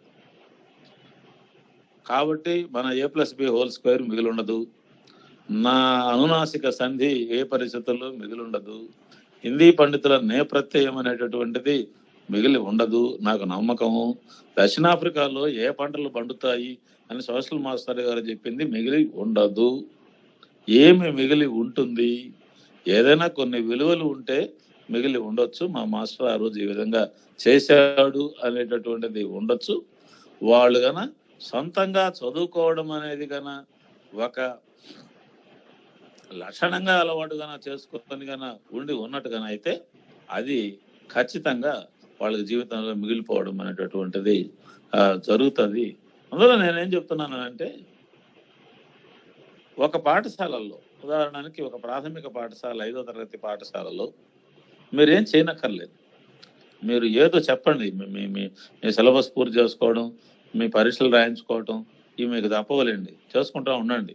దాంతో మీకు తృప్తి, గవర్నమెంట్కి తృప్తి, పిల్లలకు మిగిలేది ఏమీ లేదు, చేసుకోండి. కానీ నా డిమాండ్ ఏమిటనంటే, ఎందుకని ఒక 5వ తరగతి లోపల పిల్లలు వాళ్ళు చదవగలిగినటువంటి పుస్తకాలు, ఈరోజు అద్భుతమైన పుస్తకాలు వచ్చున్నాయండి, బైలింగ్వల్ బుక్స్ వచ్చున్నాయి. ఒక 100 పుస్తకాలు చిన్న పిల్లలు చదవగలిగినటివి ప్రతి ప్రాథమిక పాఠశాలల్లో తెలుగులో గన ఉన్నట్టుగానైతే, వాటితో ఆ పిల్లలు గన కుస్తీ పడుతూ గన ఉన్నట్టుగానైతే మీరు ఏమీ తెలుగు భాషకి ప్రమాదం రాదు. మీరు ఇంగ్లీష్ మీడియంలో చదివించినా తెలుగు నమ్మకంగా బతుకుతుందని చెప్పి నేను అనుకుంటాను. నేను ఈరోజు ఈ మాత్రం ఎదురుగా మాట్లాడుతున్నానంటే నాకు బాగా గుర్తు. నేను ప్రాథమిక పాఠశాలల్లో చదివేటప్పుడు మా మారుమూల మావడూరు గ్రామంలో మా ఊరికి, మా బడికి ఒకే ఒక చందమామ పత్రిక వచ్చేది. మా మాస్టర్ తెప్పించేవాడు. ఆయన దాన్ని చదివిన తర్వాత ఆ చందమామ నాకు ఇచ్చి, నేను కొంచెం 4 ముక్కలు వచ్చినోడిని అనే కారణంతో దాన్ని చదివి పిల్లలకి కథలు చెప్పమని చెప్పేవాడు. నెల నెల ఆ పుస్తకం రావాలి, అది ఆయన చదివిన ఒక వారం రోజులకి నా చేతికి రావాలి, నేను చదివి పిల్లలకి కథ చెప్పాలి. ఈ రోజు కూడా నేను గర్వంగా చెప్తున్నా, ఆ మహానుభావుడు నాకు ఆ రోజు ఆ పుస్తకం ఇచ్చి చదివించి కథ బడిలో చెప్పండి అని ఆయన ఎంత దూరం ఆలోచించి చేసినాడని కూడా నేనైతే అనుకోను. చేసిన దాని వల్లనే నేను ఈరోజు అంత ఎంతో భాష మీద పట్టు, భాష మీద ప్రేమ, భాష మీద ఆవేదన ఉండేవాడిగా మారాను అని చెప్పి నేను అనుకుంటున్నాను. కాబట్టి పఠనానికి సంబంధించినంత వరకు అంత గొప్ప ఇది ఉంది. అయితే నాకు ఆవేదన కూడా ఉంది. ఎందుకంటే రమేష్, మేమందరం కలిసి పనిచేస్తూ ఉంటాం. టీచర్లు చదువుతున్నారా అని కూడా నేను ప్రశ్నించాలనుకున్నాను. ఒక ఉపాధ్యాయుని ఇప్పుడు కరోనా పాఠశాలలు మూతపడ్డాయి. దాదాపు ఒక సంవత్సరంలో 2-3 నెలలు కూడా జరగలేదు. మనం అందరం ఏం చేస్తున్నామండి? ఇప్పుడు ఇంట్లో నుంచి బయటకు పోయేదానికి అవకాశాలు తక్కువ. ఇదిగో మీరు కానీ చూస్తే నా టేబుల్ మీద పుస్తకాల మయం. కనీసం నేను ఒక 70-80 పుస్తకాలు చిన్నవి పెద్దవి చదివి ఉంటా, నోట్స్ రాసుకొని ఉంటా. ఇది ఒక మంచి అవకాశం చదువుకోవడానికని అనుకుంటున్నా. కానీ మన ఉపాధ్యాయులు కూడా కనీసం కరోనా కాలంలో ఒక 10 పుస్తకాలు, అవి చిన్నవో పెద్దవో నేను చదివాను అని చెప్పేటటువంటి వాళ్ళు ఎంతమంది ఉన్నారని నేను ఆవేదనాత్మకంగా చెప్తాను, బాధపడతాను. ఉపాధ్యాయుడు చదవకుండా, ఉపాధ్యాయుడికి చదవడంలో ఒక ఆవేశం లేకుంటే ఒక అద్భుతమైన ఆనందం లేకుండా, చదవడం అతని జీవితంలో ఒక భాగంగా మారకుండా, తన జ్ఞానాన్ని పెంచుకోవడానికి చదవడం తప్ప మార్గం లేదని అతను ఒప్పుకోకుండా విద్యార్థుల చేత చదివించడం అనేటటువంటి అలవాటు అతనికి ఏ రకంగా వస్తుంది కనుక, ఎలా ఇది సాధ్యం అవుతుంది కనుక, ఎందుకు మన విద్యా విధానంలో ఇది లేదు? ఎక్కడ లేకుండా ఉంది చెప్పండి. కాబట్టి నేను తెలుగు ప్రేమికులందరికీ, భాషా ఉద్యమకారులందరికీ చెప్పేది ఏమిటనంటే, తెలుగు ఏమీ కష్టాల్లోకి పోదు. అంత సులభంగా దాన్ని కష్టాల్లోకి పోవాలని ఎవరన్నా అనుకుంటే వాళ్ళు కష్టాల్లోకి ఖాయంగా పోతారు. 100 సంవత్సరాల పాటు భాషలను మృత భాషలుగా మార్చినటువంటి వాళ్ళు కూడా మళ్ళీ భాష అట్టడుగున పాతాళంలో నుంచి తన్నుకుంటూ పైకొచ్చి తన స్థానాన్ని తాను సంపాదించుకున్న ఆ పరిస్థితి ఈరోజు హిబ్రూ లాంటి భాషలను చూస్తే మన కళ్ళ ముందర కనిపిస్తుంది. కాబట్టి ఒకవేళ ఇప్పుడు నష్టం జరిగినా రేపొద్దున మళ్ళీ ఈ నష్టాన్ని కష్టపడి భర్తీ చేసుకోవడం అనేది జరుగుతుందని నేను అనుకుంటున్నాను. అయితే అంత నష్టం రాకూడదు అన్నట్టుగానైతే మనం అందరము చేయాల్సిన పని ఏమిటనంటే, చదవడం అనేటటువంటి దాన్ని మన చదువుల్లో భాగం చేయాలా, జీవితంలో భాగం చేయాలి. మీకు ఒక విషయం నేను చెప్తాను. మీరు ఇంగ్లీషు రీడింగ్ మెటీరియల్ని చూడండి. ఇంగ్లీష్లో ఒక పెద్ద ఉద్యమం, పఠన ఉద్యమం 20వ శతాబ్దం 21వ శతాబ్దంలో ప్రారంభమైంది. ఇప్పుడు ఉదాహరణకి షేక్స్పియర్ ఉన్నాడు. షేక్స్పియర్ని చదవడం అనేటటువంటిది ఎవరికి సాధ్యం కాదు. ఆనాటి భాష ఈరోజు అట్నే షేక్స్పియర్ని చదవడం అనేది ఎవరికి వీలయ్యే విషయం కాదు. ఏం చేస్తున్నారు ఇప్పుడు వాళ్ళు? షేక్స్పియర్ నో ఫియర్ అనే పేరుతో షేక్స్పియర్ నాటకాలని ఆధునిక ఇంగ్లీష్లో, అది కూడా గ్రేడెడ్గా ఒక్కొక్క స్థాయిలో ఉన్న పిల్లలకి ఒక్కొక్క రకమైన పదజాలంతో, ఉదాహరణకి ఒక 10వ తరగతి స్థాయి పిల్లలకి షేక్స్పియర్ నాటకాలు చదివించాలని అంటే ఒక 400 పదాలకు మించి ఉండకుండా ఉండేటటువంటి విధంగా, ఇంకొంచెం స్థాయి అయితే ఇంకో రకమైనటువంటి విధంగా మొత్తం క్లాసిక్స్ అన్నిటినీ బహుశా ఇప్పుడు ఇంగ్లీష్లో లాటిన్లో ఉండేటటువంటి క్లాసిక్స్ అన్నిటినీ, అంటే పురాణాలు, ఇతిహాసాలు, కవిత్వము అంతటిని ఆధునికమైనటువంటి ఆంగ్లంలోకి తేవడం అనేటటువంటిది, పిల్లలు చదివేదానికి తగినట్టుగా తేవడం అనేటటువంటిది ఒక ఉద్యమం లాగా చేశారు. ఇప్పుడు నేను కూడా అడుగుతున్నాను, ఇప్పుడు జాషువా గారి గబ్బిలాన్ని మళ్ళీ నేను ఒకసారి తిరగేశాను. చాలా గొప్ప గ్రంథం, అది 40 సార్లు పునర్ముద్రణకి నోచుకున్నది. తెలుగులో ఒక పద్య కావ్యం అన్నిసార్లు పునర్ముద్రణ నోచుకోవడం అనేది చిన్న వ్యవహారం కాదు. కానీ ఇప్పుడు దాన్ని ఎవరు చదవగలరండి? దాన్ని అభిమానించే వాళ్ళు ఉండొచ్చు, కానీ నెత్తి మీద పెట్టుకొని ఆరాధించే వాళ్ళు ఉండొచ్చు, కానీ చదవగలిగిన వాళ్ళు మాత్రం ఎవరు లేరు. ఎందుకని ఇప్పుడు జాషువా గారి గబ్బిలాన్ని ఆధునిక గద్యంలోకి, కుమార సంభవాన్ని గిరిజా కళ్యాణం అనే పేరుతో ఆధునిక వచనంలోకి వచ్చింది. కాళిదాసు కవిత్వాన్ని చాలా చిన్న తెలుగులో అద్భుతంగా ఆయన ఆధునిక పద్ధతిలో చెప్పాడు. ఆ పార్వతీదేవి, కాళిదాసు చాలా గొప్ప కవి కదా, ఆయన అంటాడనమాట, పార్వతీదేవి పుట్టిన తర్వాత హిమవంతుడితో పాటు ఆయన భార్యలు బంధువులు మహాముచ్చట పడి ఆమెని ఒకరి తర్వాత ఒకరు ఎత్తుకొని చేసేవాళ్ళు, ఒకరి తర్వాత ఒకరు తీసుకొచ్చే నగని పెట్టేవాళ్ళు అని ఒక శ్లోకం ఉంది.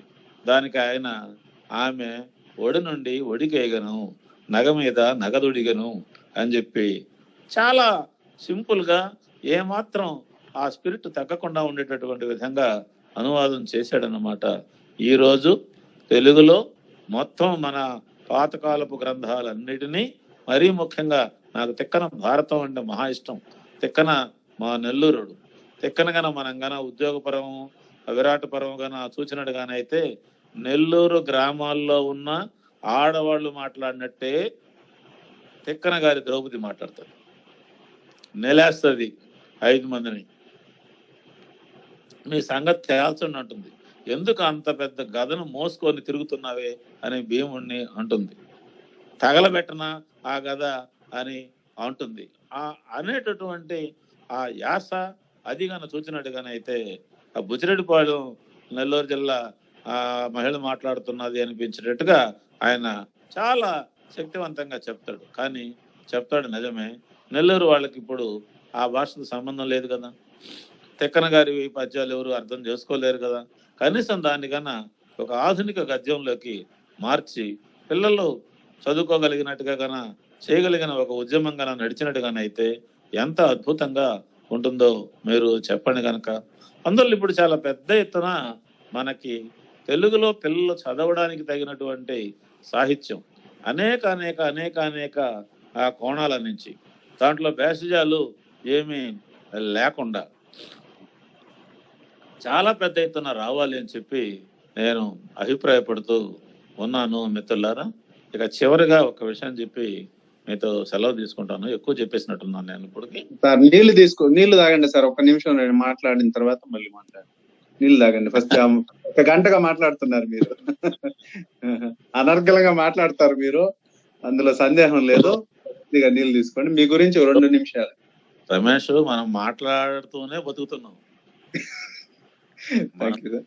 మనం ఇంత దూరం అంటే మాటలు చెప్తున్నాం, దాన్ని ఇంకొక భాషలో చెప్పాలని అంటే అంతే.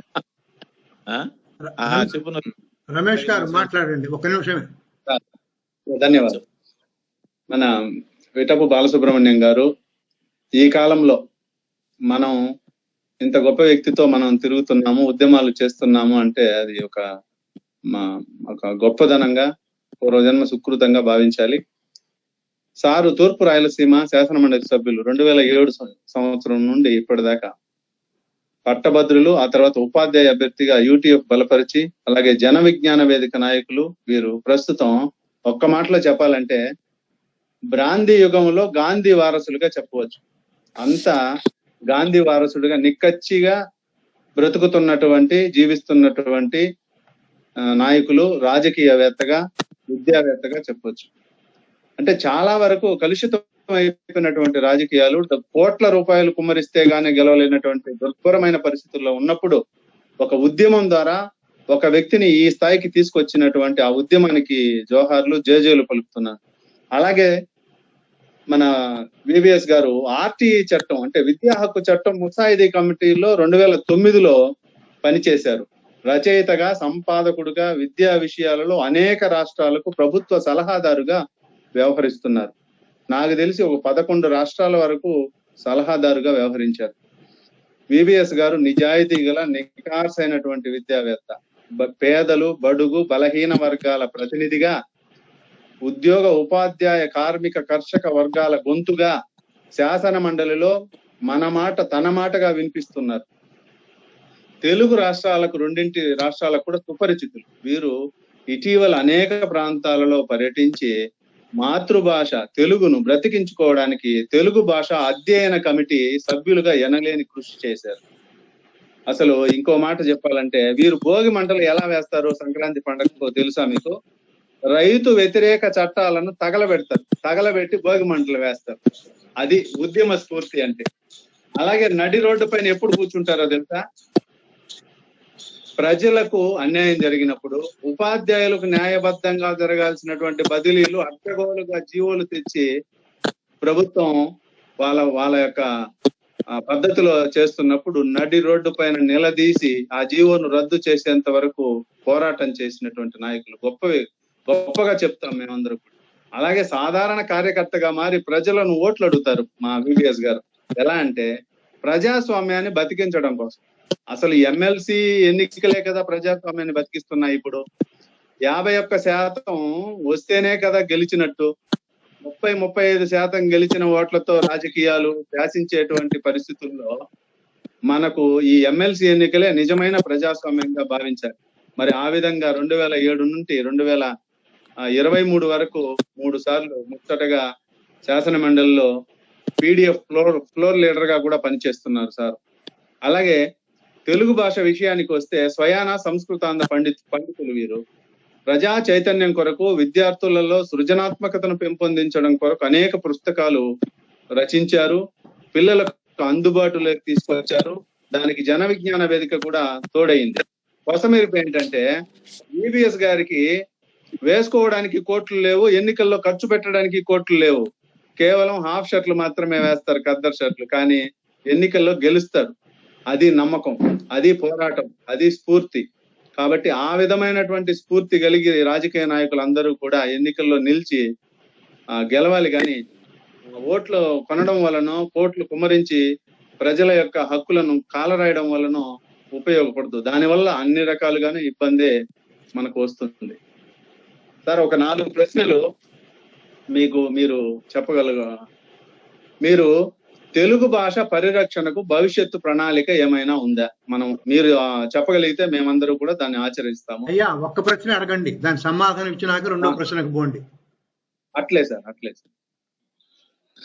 తెలుగు భాష పరిరక్షణ ఇందాక చెప్పాను నేను, ఇది ద్విముఖంగా ఈ ఉద్యమము జరగాలి అని.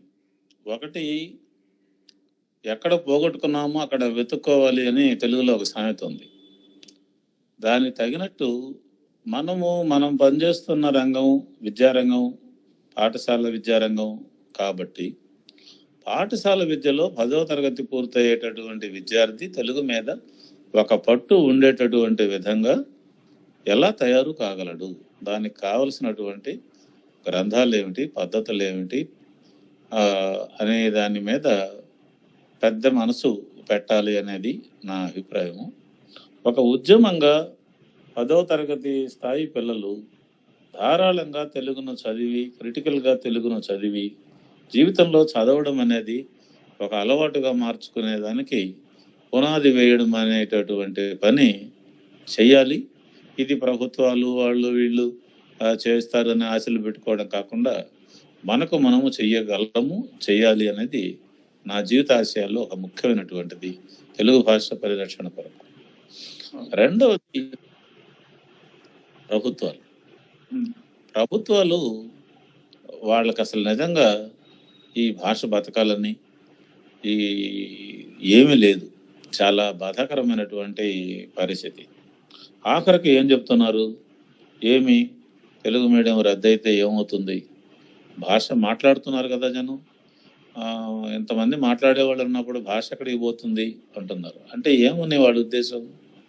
తెలుగు భాషని కేవలము మాట్లాడుకునే భాషగా, ప్రత్యక్ష వ్యవహార అవసరాలకు మాత్రమే ఉపయోగపడే భాషగా, ఏ సవర భాషలాగాను, గదబ భాషలాగాను, తుళు భాషలాగాను, దానికి ఒక లిపి లేకుండా, ఒక గ్రంథాలు లేకుండా, ఒక పాఠ్య అంశాలు అనేటటువంటిది లేకుండా, ఆధునిక శాస్త్ర సాంకేతిక విజ్ఞానం అనేటటువంటిది అందులో ఏమీ రాకుండా, కేవలము ఆదిమ మానవులు భాష వచ్చిన తొలి దశలో మాట్లాడుకున్నట్టుగా మాట్లాడుకోవడానికి పరిమితం చేద్దామనేంత దూరం ఆలోచిస్తున్నారని అంటే చాలా కడుపు పండే వ్యవహారం.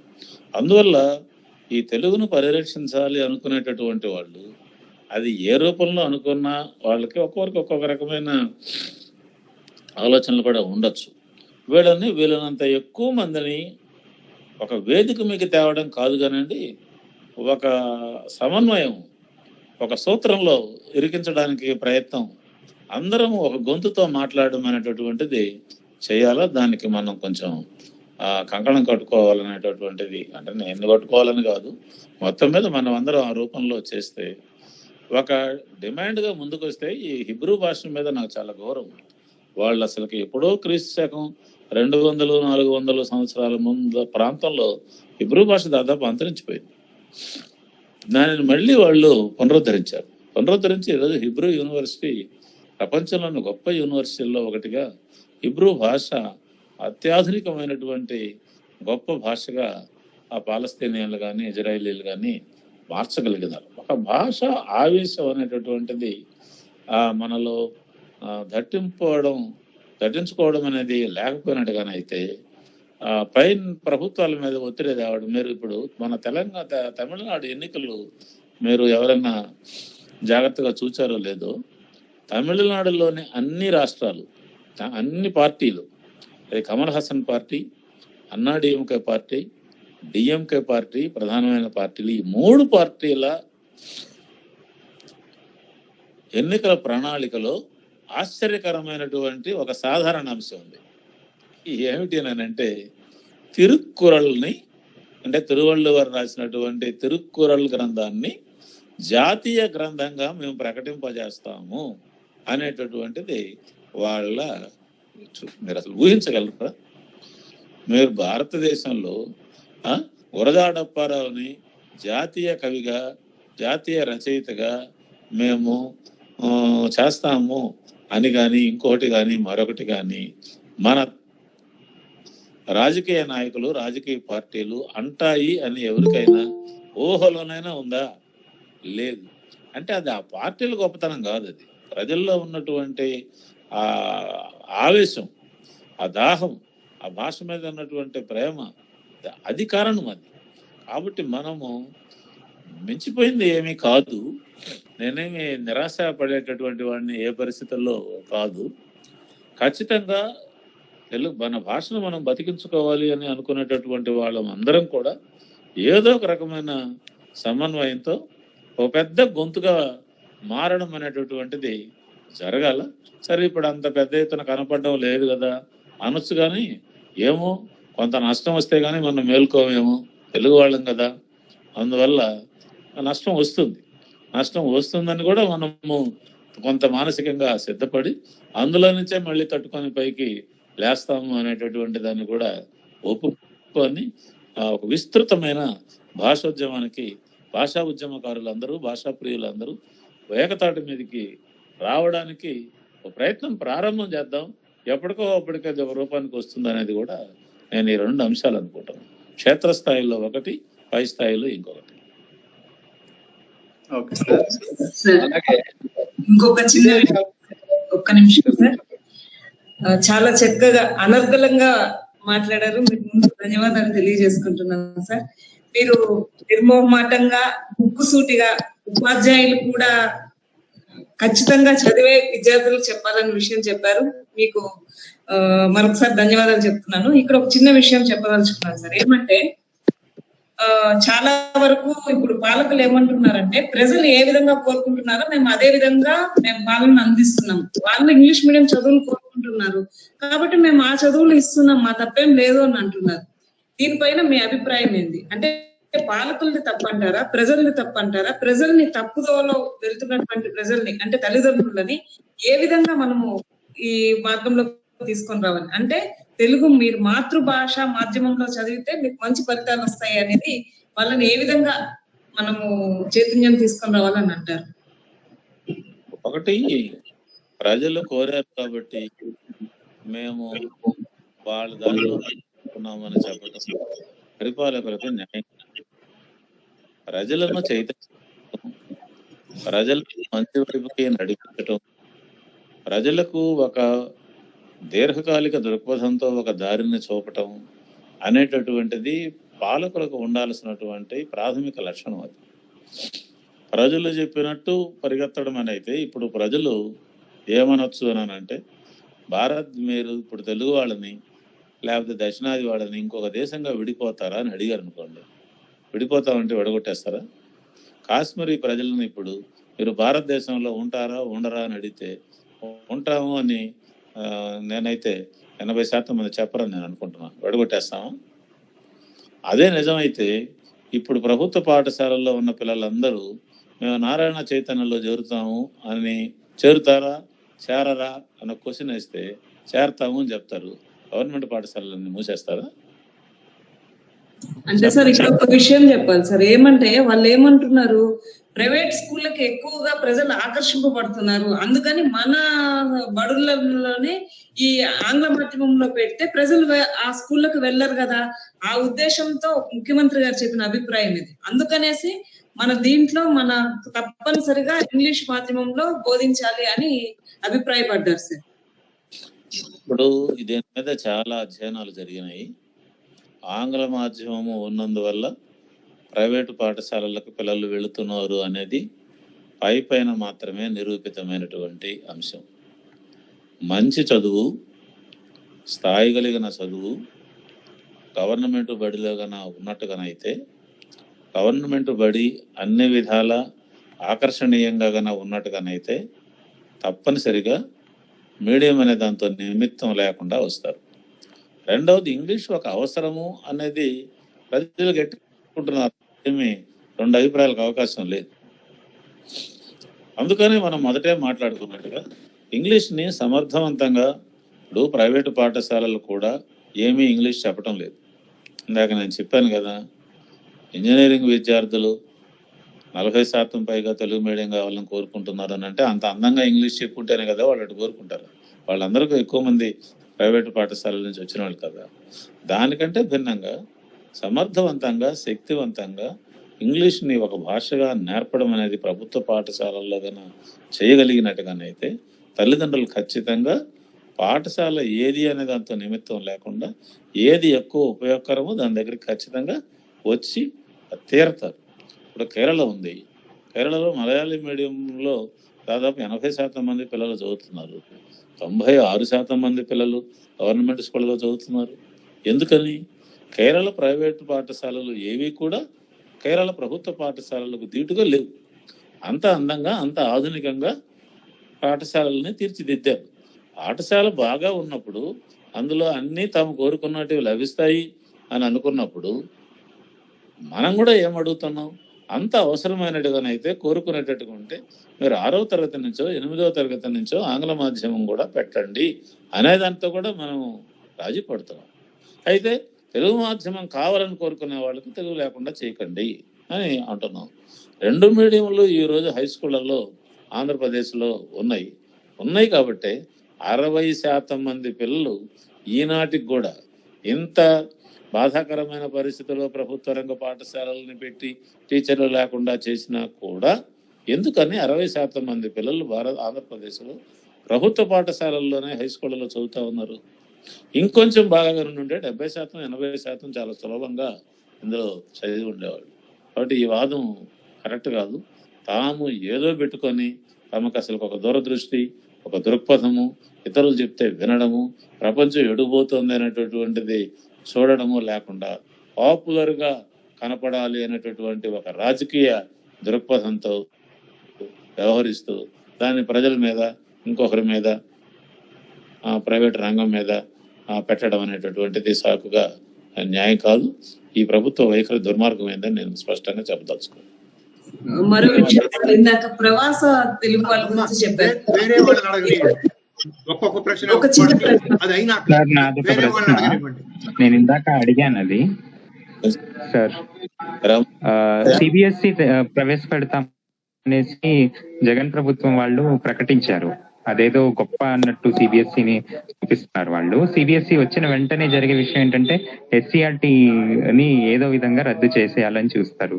ప్రాంతీయ కాంటెక్స్ట్ లేకుండానే పాఠ్య పుస్తకాలు వచ్చేస్తాయి. సో ఆ ప్రాంతీయత అనేది అసలు లేకుండా న్యూఢిల్లీలో తయారయ్యే పుస్తకాలు ఇక్కడ చదవటం వల్ల పిల్లలకి ఎంతో కొంత ఒక రకంగా ద్రోహం చేస్తున్నట్టు అవుతుంది. సో దీని గురించి ఏమైనా చర్చ మొదలైందా సార్? మీరు ఏ వృత్తిలో ఉన్నారో నాకైతే తెలీదు. ఆంధ్రప్రదేశ్లో ఒక చర్చ జరపడం అనే సంప్రదాయము పోయి చాలా రోజులైంది. నిర్ణయాలు చేయడమే, ఎవరితో మాట్లాడకుండా ఏకపక్షంగా ఎక్కడో గుట్టు చప్పుడు కాకుండా నిర్ణయం చేయడమే తప్ప విద్యాపరమైనటువంటి ముఖ్యమైన అంశాలు కూడా ఒక స్థాయిలో చర్చించుకోవటము, ఆ రంగంలో సుదీర్ఘమైన అనుభవము, ప్రమేయము ఉన్నటువంటి వాళ్ళని, భాగస్వామ్యం ఉన్నటువంటి వాళ్ళని కూర్చోబెట్టి మాట్లాడడము, ఇతర దేశాలు, ఇతర రాష్ట్రాల్లో ఏం జరుగుతుందో చూడడము, ఒక దీర్ఘకాలికమైన లక్ష్యంతో పనిచేయడం అనే అలవాటుని ఆంధ్రప్రదేశ్ విద్యాశాఖ పోగొట్టుకొని చాలా రోజులైంది. అందులో భాగంగానే ఇప్పుడు అసలు ఒక్కరితో కూడా మాట్లాడకుండా, నిజంగా నాకైతే సిబిఎస్ఈ వాళ్ళతో కూడా మాట్లాడకుండా, ఎన్సీఆర్టీ వాళ్ళతో కూడా మాట్లాడకుండా ఒకరోజు ఉన్నట్టుండి సిబిఎస్ఈ పెట్టేస్తామని చెప్పి అన్నారు. అయితే మాకందరికీ అర్థమవుతున్నది ఏమిటనంటే, ఇంగ్లీష్ మీడియం పెట్టడం మీద హైకోర్టు అభ్యంతరం చెప్పింది. ఇప్పుడు ఇది సుప్రీంకోర్టులో ఉంది. సుప్రీంకోర్టులో కూడా ఖచ్చితంగా ఇది ఎదురు దెబ్బ తగులుతుంది. అందువల్ల ప్రత్యామ్నాయం వెతుక్కోవాలి. కాబట్టి సిబిఎస్ఈ అని కానీ చెప్పినట్టుగానైతే 2 పెట్టలను ఒక దెబ్బ కొట్టచ్చు. ఓ అద్భుతమైన అత్యున్నత లేకపోతే అప్పర్ మిడిల్ క్లాస్ వాళ్ళు తమ పిల్లలను చదివించేటటువంటి చదువుల్లో మీ పిల్లల్ని కూడా మేము చదివిస్తున్నాం అని చెప్పి చాలా పాపులర్గాను ఉండొచ్చు. రెండవది ఏంటంటే ఇంగ్లీష్ మీడియాన్ని ఇక ఎదురు లేకుండా తీసుకొని వచ్చి పెట్టచ్చు అని ఈ 2 వ్యూహాలతో దీన్ని తెచ్చారు తప్ప మంచా చెడా అని ఆలోచించిన వాళ్ళు ఎవరు లేరు. ఇది ఘోరమైన. అయితే కొన్ని రాష్ట్రాలు కొన్ని ప్రయోగాలు దీని మీద జరుగుతున్నాయి. ఉదాహరణకు నేను అండమాన్లో చూశాను. అండమాన్లో ఎలా ఉందంటే సిబిఎస్ఈ గణితము, సైన్సు ఇవి 2 మాత్రమే సిబిఎస్ఈ పుస్తకాలు ఉన్నాయి. ఇంగ్లీషు ఈ 3 సబ్జెక్టులకు మాత్రమే సిబిఎస్ఈ బుక్స్ ఉన్నాయి. సాంఘిక శాస్త్రము ఉంది చూసారా, ఇది ఇంగ్లీషులో లేకుండా తెలుగులో ఉంది, తమిళంలో, మలయాళంలో ఉంది. సిబిఎస్ఈ వాళ్ళు ఈ విధానాన్ని ప్రవేశపెట్టారు. ఇంగ్లీష్ మీడియం చదువులు అయినా కూడా సోషల్ స్టడీస్ వరకు ప్రాంతీయ భాషల్లో, మాతృభాషల్లో చదువుకునే ఒక అవకాశం మాతృభాష ఎలాగూ ఉంటుంది, ఆ పద్ధతిని పాటించారు. ఎక్కువగా సైన్సు, మ్యాథమెటిక్స్లో వీటిలో ప్రాంతీయత, స్థానికత అనే అవకాశాలు తక్కువ. అంటే నిజంగా చేయదలుచుకుంటే అది కూడా చేయొచ్చు. నిజానికి ప్రస్తుత టెక్స్ట్ బుక్స్ లో సైన్స్ చాలా వరకు ప్రాంతీయ కాంటెక్స్ట్ లోనే ఉంటుంది సార్. చెయ్యాలి. సైన్స్ అని అంత అంతర్జాతీయం చేయనక్కర్లేదు 6వ తరగతిలోనే. ఈ పద్ధతి కూడా ఒకటి ఏదో మార్గాలు చాలా ఉన్నాయి. సిబిఎస్ఈ అలౌ చేస్తుంది మాతృభాషని, మాతృభాషలో కనీసం సోషల్ స్టడీస్ అయినా చదువుకోవడాన్ని, మాతృభాషలో పరీక్ష రాయడాన్ని. కొన్ని చోట్ల అయితే బైలింగ్వల్ విధానం కూడా ఉంది. ఏంటంటే 2 భాషల్లోనూ పిల్లలు చదువుకుంటారు, వాళ్ళు ఇష్టం వచ్చిన భాషలో పరీక్ష రాస్తారనేటటువంటి పద్ధతి. న్యూ ఎడ్యుకేషన్ పాలసీ కూడా దీన్ని ప్రమోట్ చేస్తుంది. అయితే ఇంత దూరం హృదయం పెట్టి ఆలోచించుంటే బాగానే ఉండేది సిబిఎస్ఈతో కూడా. కానీ ఇప్పుడు కూడా మన రాష్ట్రంలో ప్రధానమైనటువంటి సబ్జెక్టులకు సంబంధించినంత వరకు కొంచెం అటు ఇటుగా సిబిఎస్ఈ సిలబస్ని మనం ఫాలో అవుతున్నాం. ఎన్సీఆర్టీ పుస్తకాలని యథాతథంగా మన ఎస్సీఆర్టీకి ప్రాణం పోయి చాలా రోజులైంది కదా.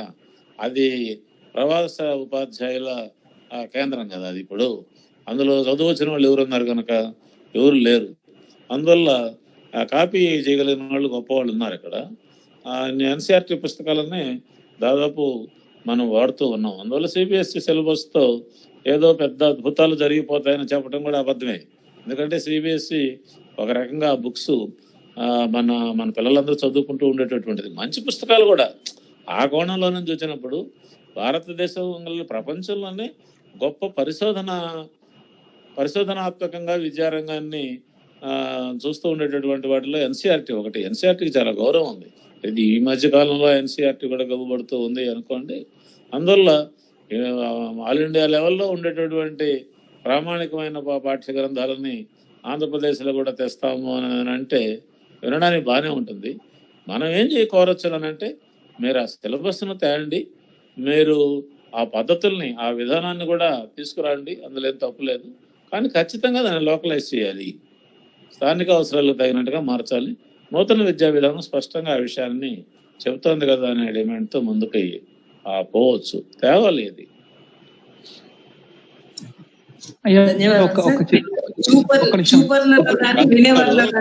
ఒకటి రెండు ప్రశ్నలు అడగండి. సార్ది నేను అడగొచ్చా? అడగండి సార్. కశ్యప్ గారా? అవునండి, నమస్కారం సార్. ఒక చిన్నది అంటే మీ దృష్టికి వచ్చి ఉంటుంది అని అనుకుంటున్నాను. ఈ లాక్డౌన్ కాలంలో మీ దృష్టికి ఏదన్నా ఒక సమాచారం వచ్చింది అంటే, మనం అందరం ఇంట్లో కూర్చొని ఈ మాధ్యమాల పరంగా చదువుతున్నాం కదా పిల్లలందరం కూడా. ఇలాంటప్పుడు మాతృభాషలో చదివిన వాళ్ళ ప్రతిభకి, ఇంగ్లీష్ మాధ్యమంగా పాటలు విన్న వాటి ప్రతిభకి మీకు ఏదైనా తెలిసింది అంటే, నేను కొన్ని చూశాను ఆన్లైన్లో చేసినటువంటి కొన్ని తెలుగు వీడియోస్ కానీ అవి చూస్తున్నప్పుడు ఎక్కువగా పిల్లలు దానికి అట్రాక్ట్ అవుతున్నారు. తెలుగులో చేసినటువంటి వాటి అట్రాక్ట్ అవుతున్నారు.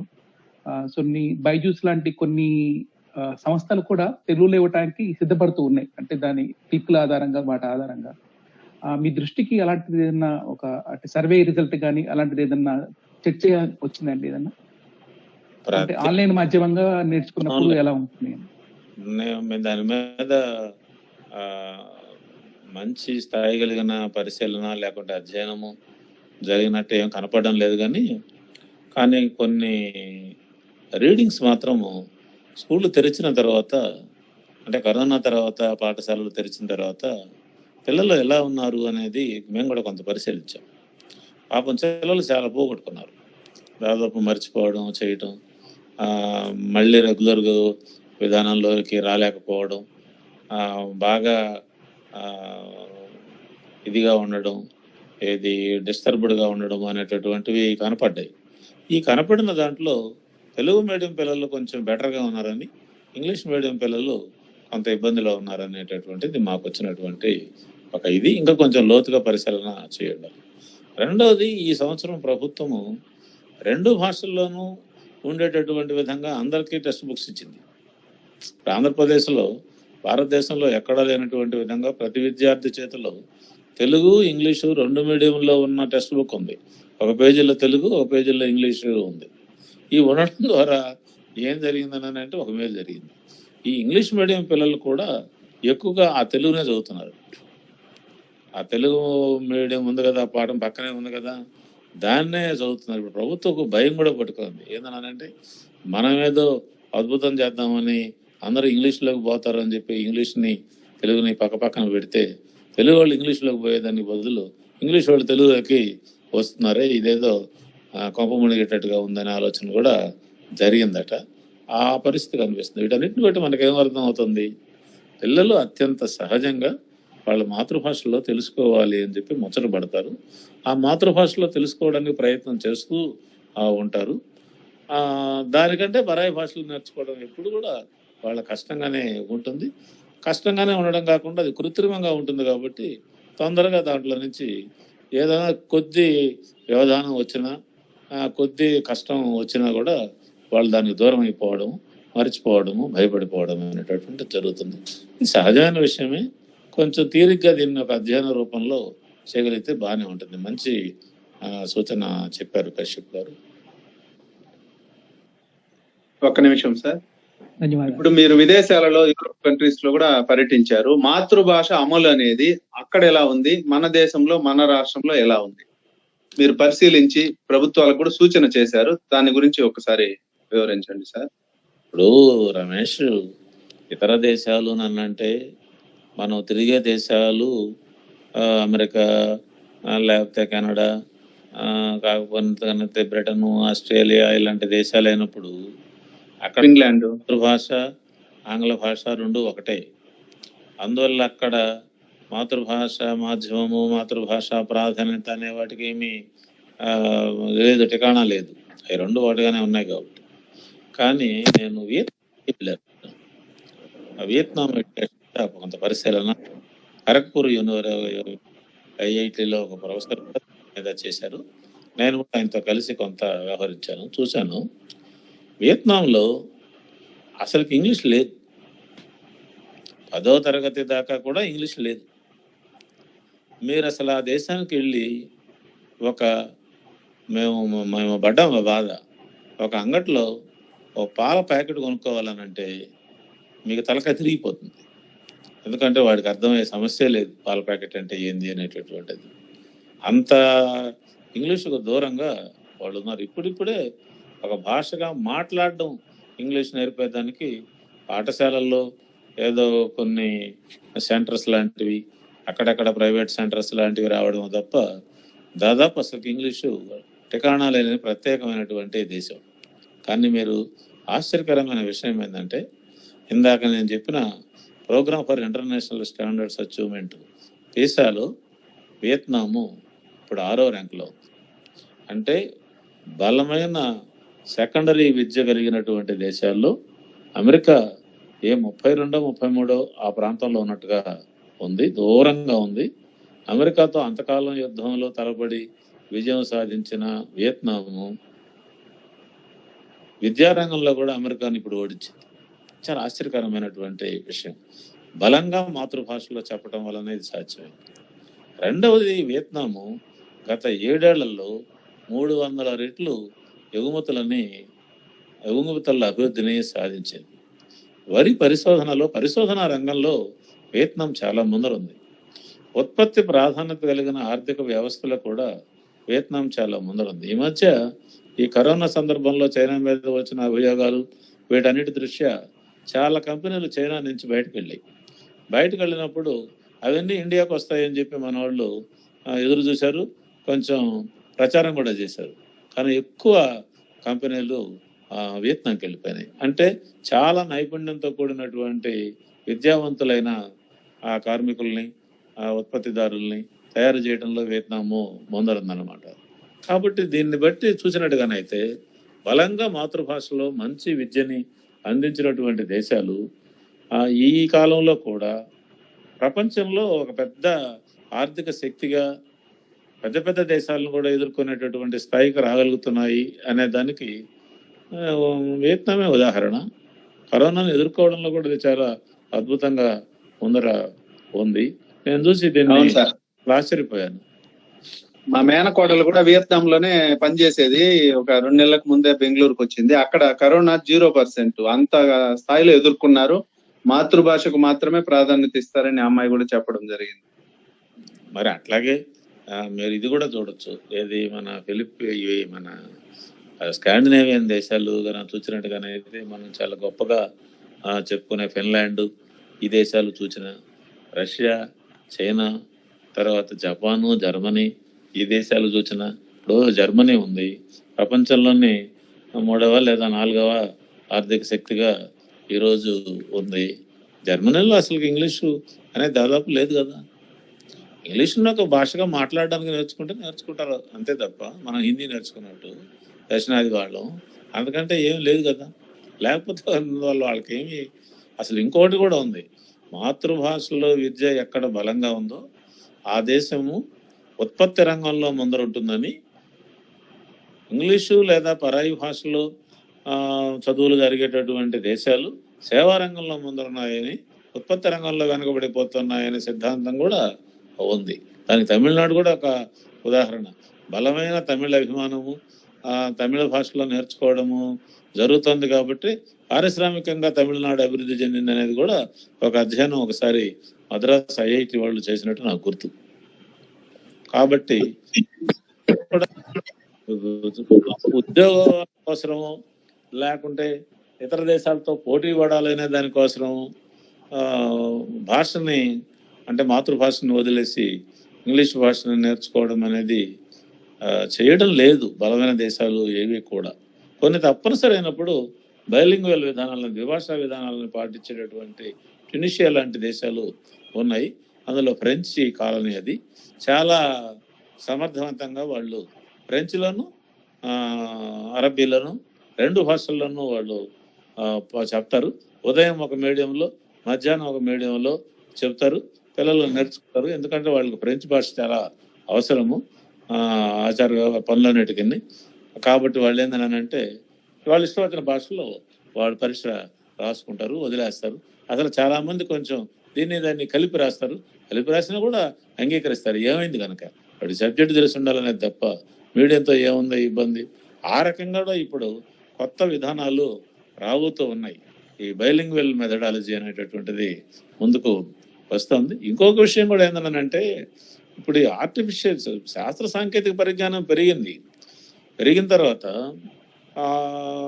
కృత్రిమ మేధ లాంటివి ముందుకు వచ్చేసాయి. మన ఖరగ్పూర్లో ఈ చర్చ న్యూ ఎడ్యుకేషన్ పాలసీ మీద ఐఐటీల్లో మాతృభాషల్లో పాఠాలు చెప్పడం అనేది సాధ్యం అవుతుందా కాదా అనేటటువంటి చర్చ జరిగినప్పుడు వాళ్ళు ముందుకు తెచ్చిన విషయం ఏంటంటే ఇది పాతకాలంలో అయితే కష్టంగా ఉండేదండి, ఇప్పుడు సమస్య ఉంది.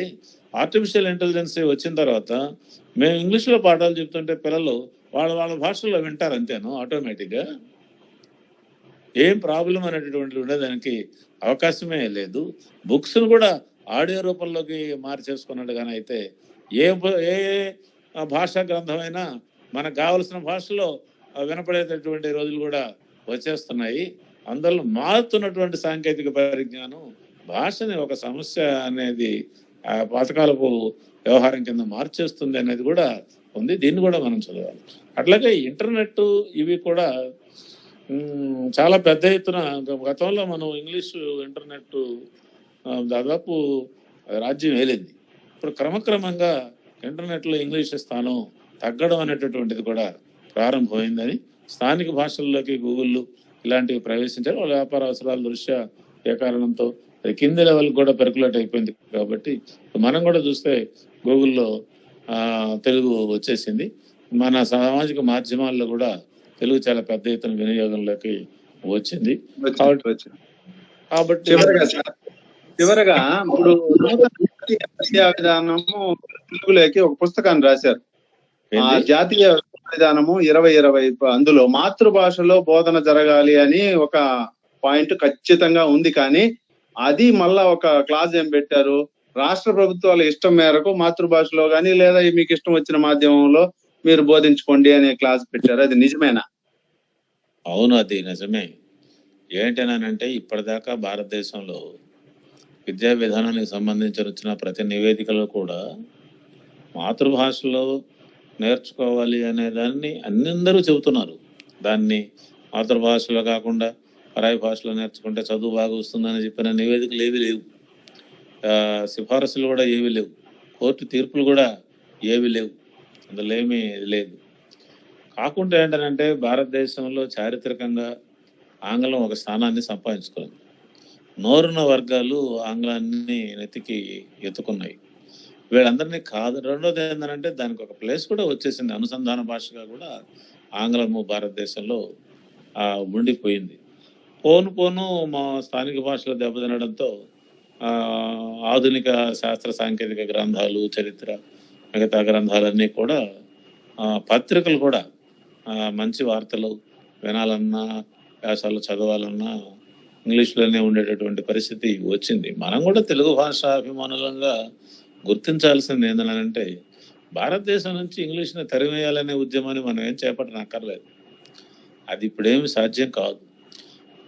మన భాషలు బలంగా ఉండాలి అనే వైపుకు మనం పరిమితం కావాలి అన్నమాట. ఈ పరిస్థితుల్లో ప్రభుత్వం ఏదో తటస్థ విధానం పాటించడం, లేదా మొహమాటంతో మాట్లాడడం, నంగినంగిగా వ్యవహరించటం, రాష్ట్రాల మీద వదిలేయటం, ఇవి అవి చేస్తూ ఉంది.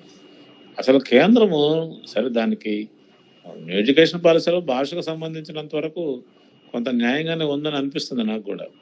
కొన్ని ధోరణులు ఉన్నప్పటికీ మొత్తం మీద స్థానిక భాషలకి, మాతృభాషలకి ఎక్కువ ప్రాధాన్యతను ఇచ్చింది. అది ఉన్నత విద్య కూడా మాతృభాషలో జరగాలని డిమాండ్ ముందుకు తెచ్చింది.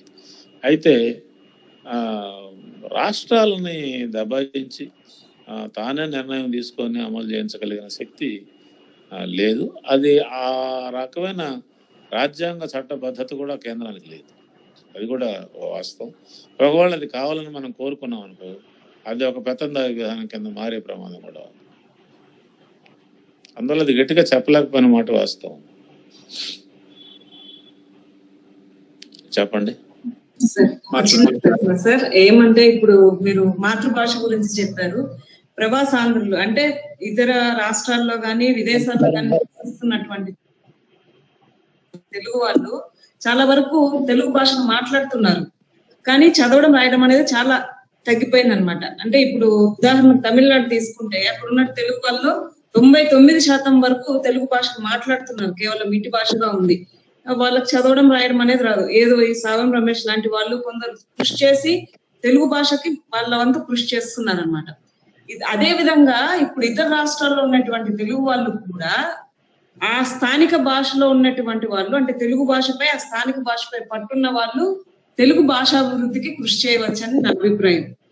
అంటే అప్పుడు సులభతరంగా ఆ మాధ్యమంలో వాళ్ళకి చెప్తే అర్థమవుతుంది అనమాట. ఇప్పుడు అమ్మ అంటే ఏంది అంటే ఆ స్థానిక భాషని ప్లస్ తెలుగు భాషని రెండింటిని జోడించి చెప్తే వాళ్ళకి బాగా ఉపయోగపడుతుంది. ఎంతసేపు ప్రభుత్వాలు చేయలేదు అన్న ఇది కాకుండా ఇప్పుడు యూనివర్సిటీలో ఉండేటువంటి పరిశోధకులు కానీ, రిటైర్డ్ అయినటువంటి ఉపాధ్యాయులు కానీ ఆ దిశలో కృషి చేస్తే బాగుంటుందని అభిప్రాయం. దీనిపై మీ స్పందన? నేను మొదట చెప్పానమ్మా, తప్పనిసరిగా ప్రవాస తెలుగు వాళ్ళకే కాదు, మైనారిటీ భాషల వాళ్ళందరికీ కూడా ఖచ్చితంగా ఒక భాషగా వాళ్ళ మాతృభాషను నేర్చుకునే అవకాశము పాఠశాలల్లో ఉండి తీరాలి. అది రాజ్యాంగపరమైన హక్కు కూడా. అది మీరు మన తమిళనాడు బార్డర్లో తమిళ మీడియము, తమిళ భాష ఉన్నటువంటి స్కూళ్ళను మనం నడుపుతున్నాం కదా, ఒరియా పాఠశాలల్ని మనం నడుపుతున్నాం కదా.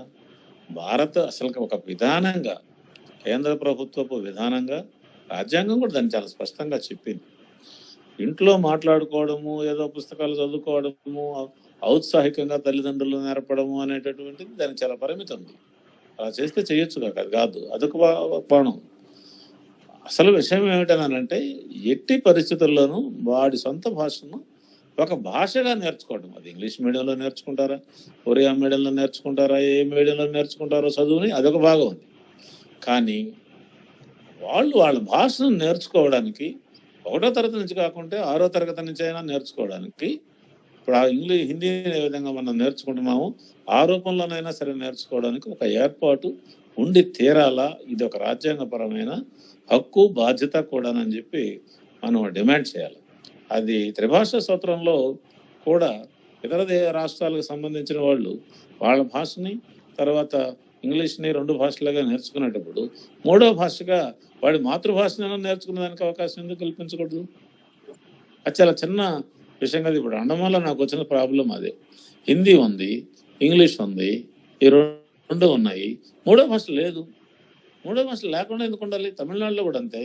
తమిళం ఉంది, తర్వాత ఇంగ్లీష్ ఉంది, హిందీని వాళ్ళు కాదన్నారు. సరే కాదంటే కాదన్నారు. తెలుగు వాళ్ళు తెలుగు భాష నేర్చుకోవడానికి అవకాశం త్రిభాషా సూత్రంలో భాగంగానే ఎందుకు ఏర్పాటు చేయలేదు కనుక. కాబట్టి పాఠశాల స్థాయిలో మాతృభాషను నేర్చుకునే అవకాశం లేకపోతే ఇంట్లో ఔత్సాహికంగా తల్లిదండ్రులు నేర్పించుకోవడం అనే వైపుకు వెళ్ళినట్టుగానైతే దానికి చాలా చాలా పరిమితులు ఉంటాయనేటటువంటిది ఒకటి.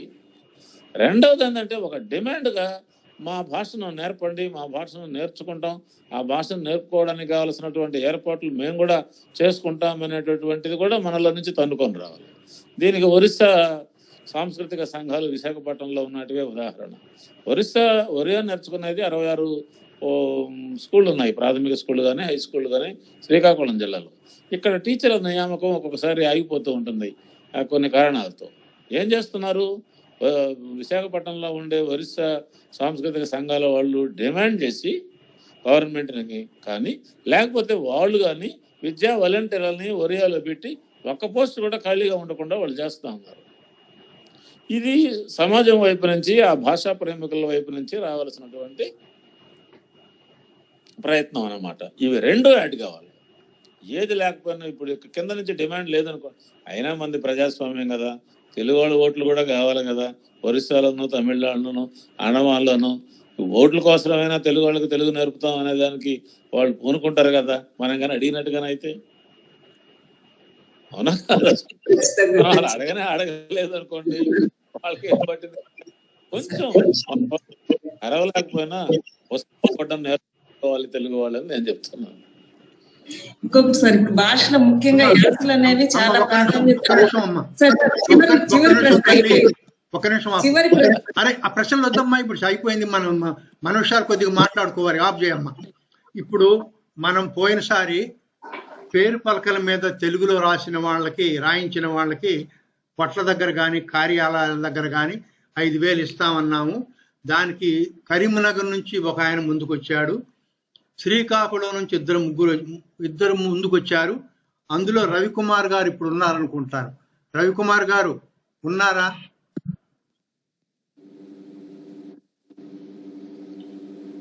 సరే, ఆయన ఇంకొక ఆయన ఉన్నాడా?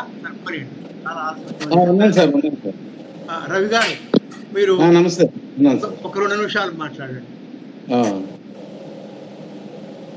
నమస్తే సార్. నమస్తే.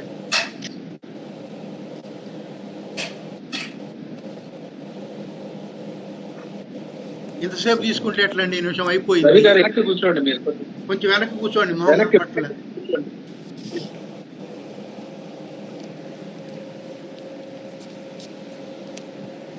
అయ్యా మాట్లాడండి సార్. అది భాషా పరిరక్షణ అనేది భాషా వినియోగంతోనే సాధ్యపడుతుంది సార్, ఎప్పుడైనా సరే. కాబట్టి భాషా వినియోగం అనేది రాయడంలోను, చదవడంలోను, వినడంలోను కొనసాగాలి. శ్రీకాకుళంకి సంబంధించి మీరు చెప్పిన విధంగా నా ప్రయత్నం నేను శాయశక్తిలో చేస్తాను. నేను భాష కూడా భాగస్వామ్యం అవుతాను సార్. సంతోషం అండి.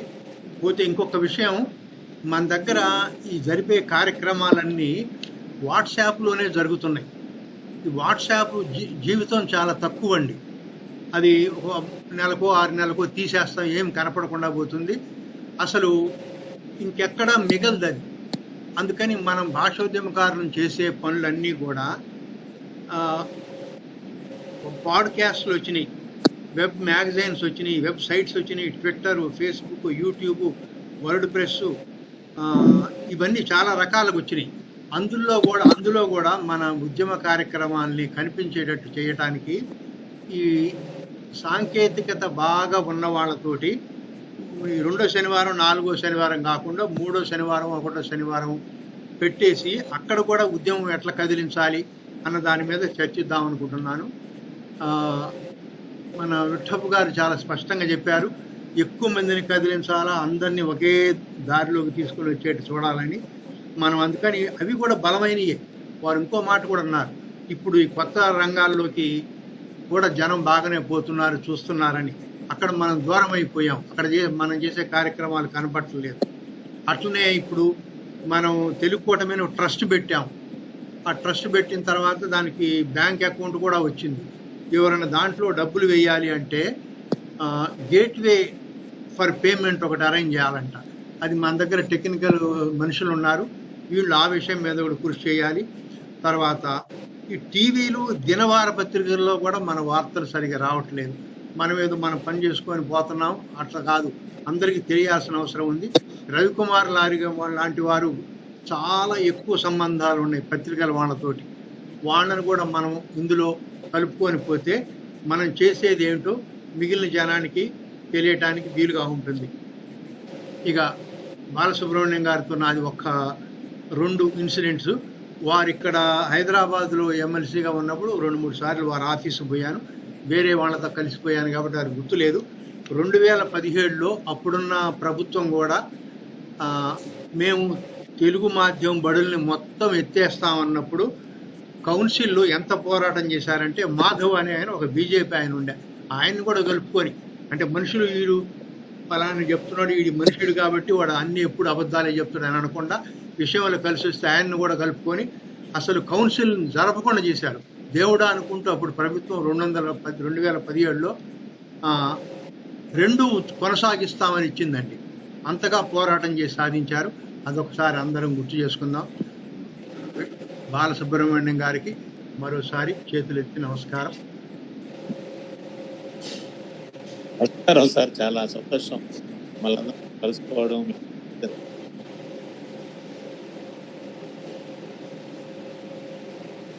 సుధారాణి గారు మాట్లాడినందుకు ముగించండి. అందరూ ధన్యవాదాలు.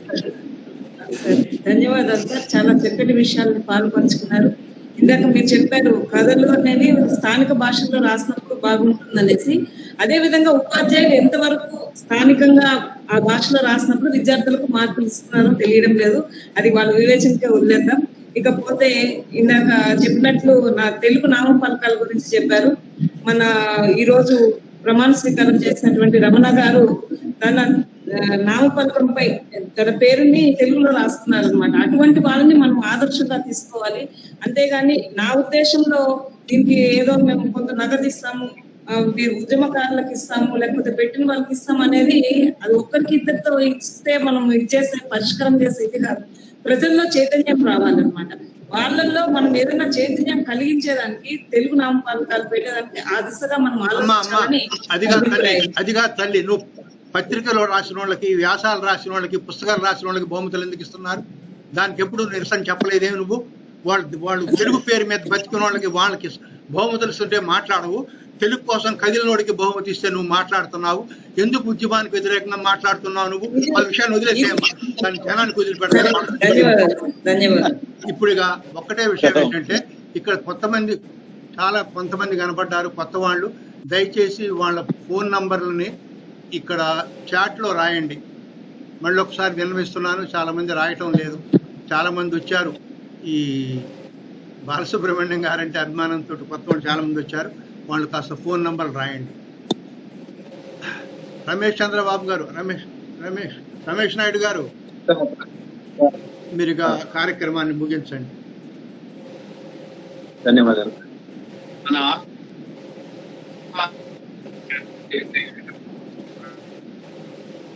మీ మాట వినపడటం లేదు రమేష్ నాయుడు గారు, మీ మాట వినపడటం లేదు.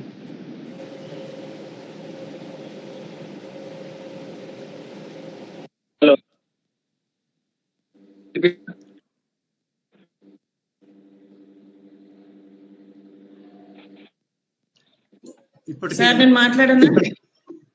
ముగింపు వాక్యాలు పలుకున్నా సార్? పలకండి. కోదండరామయ్య గారు పలకండి. ఆయన గారికి వినపడటం లేదు. ఈనాటి కార్యక్రమానికి ముఖ్యంగా చేసుకుంటున్నాను. అభిప్రాయం చెప్పాలంటుంది. మీ అభిప్రాయాలు మీకు తెలియజేయాలంటే నేను చాట్ బాక్స్ లో సుబ్రహ్మణ్యం గారి ఫోన్ నెంబర్ ఇచ్చాను. మీ అభిప్రాయాలు నిరభ్యంతరంగా పంచుకోవచ్చు. అలావిధంగా మీ అభిప్రాయాల్ని ఆయనతో మాట్లాడవచ్చు. ఈ కార్యక్రమాన్ని ఇంతసేపు వీక్షిస్తున్న మీ అందరికీ మరొకసారి ధన్యవాదాలు. కోదండరామయ్య గారు నాకు ఈ అవకాశం కల్పించారు, వారికి మరొకసారి ధన్యవాదాలు తెలియజేసుకుంటున్నాను. ఇక్కడ ఒక చిన్న విషయం ఏమంటే, తెలుగు భాషని మనం చాలా వరకు సంస్కృత పదాలని వీడాలని చెప్పారు. నా అభిప్రాయం ఏమంటే ప్రజలందరికీ అర్థమయ్యే భాషలో చెప్పాలి. సరే, ఇప్పుడు కొత్త పదాలను కనుక్కుంటున్నారు. ఇటువంటి సమావేశాల్లో మాట్లాడేటప్పుడు ఆ పదాలకు అర్థం తెలియకపోతే వాళ్ళు ఆ పదాలని వెతుక్కొని చెప్పడానికి చాలా సమయం పడుతుంది. రాసేటప్పుడైతే సరే చూసుకుంటారు ఆ పదాలని. వీలైనంత వరకు తెలుగు పదాలని ఉపయోగించాలని తెలివించినటువంటి పెద్దలకు మరొకసారి ధన్యవాదాలు తెలియజేసుకుంటూ ఈ కార్యక్రమాన్ని ముగిస్తున్నాం. ధన్యవాదాలు.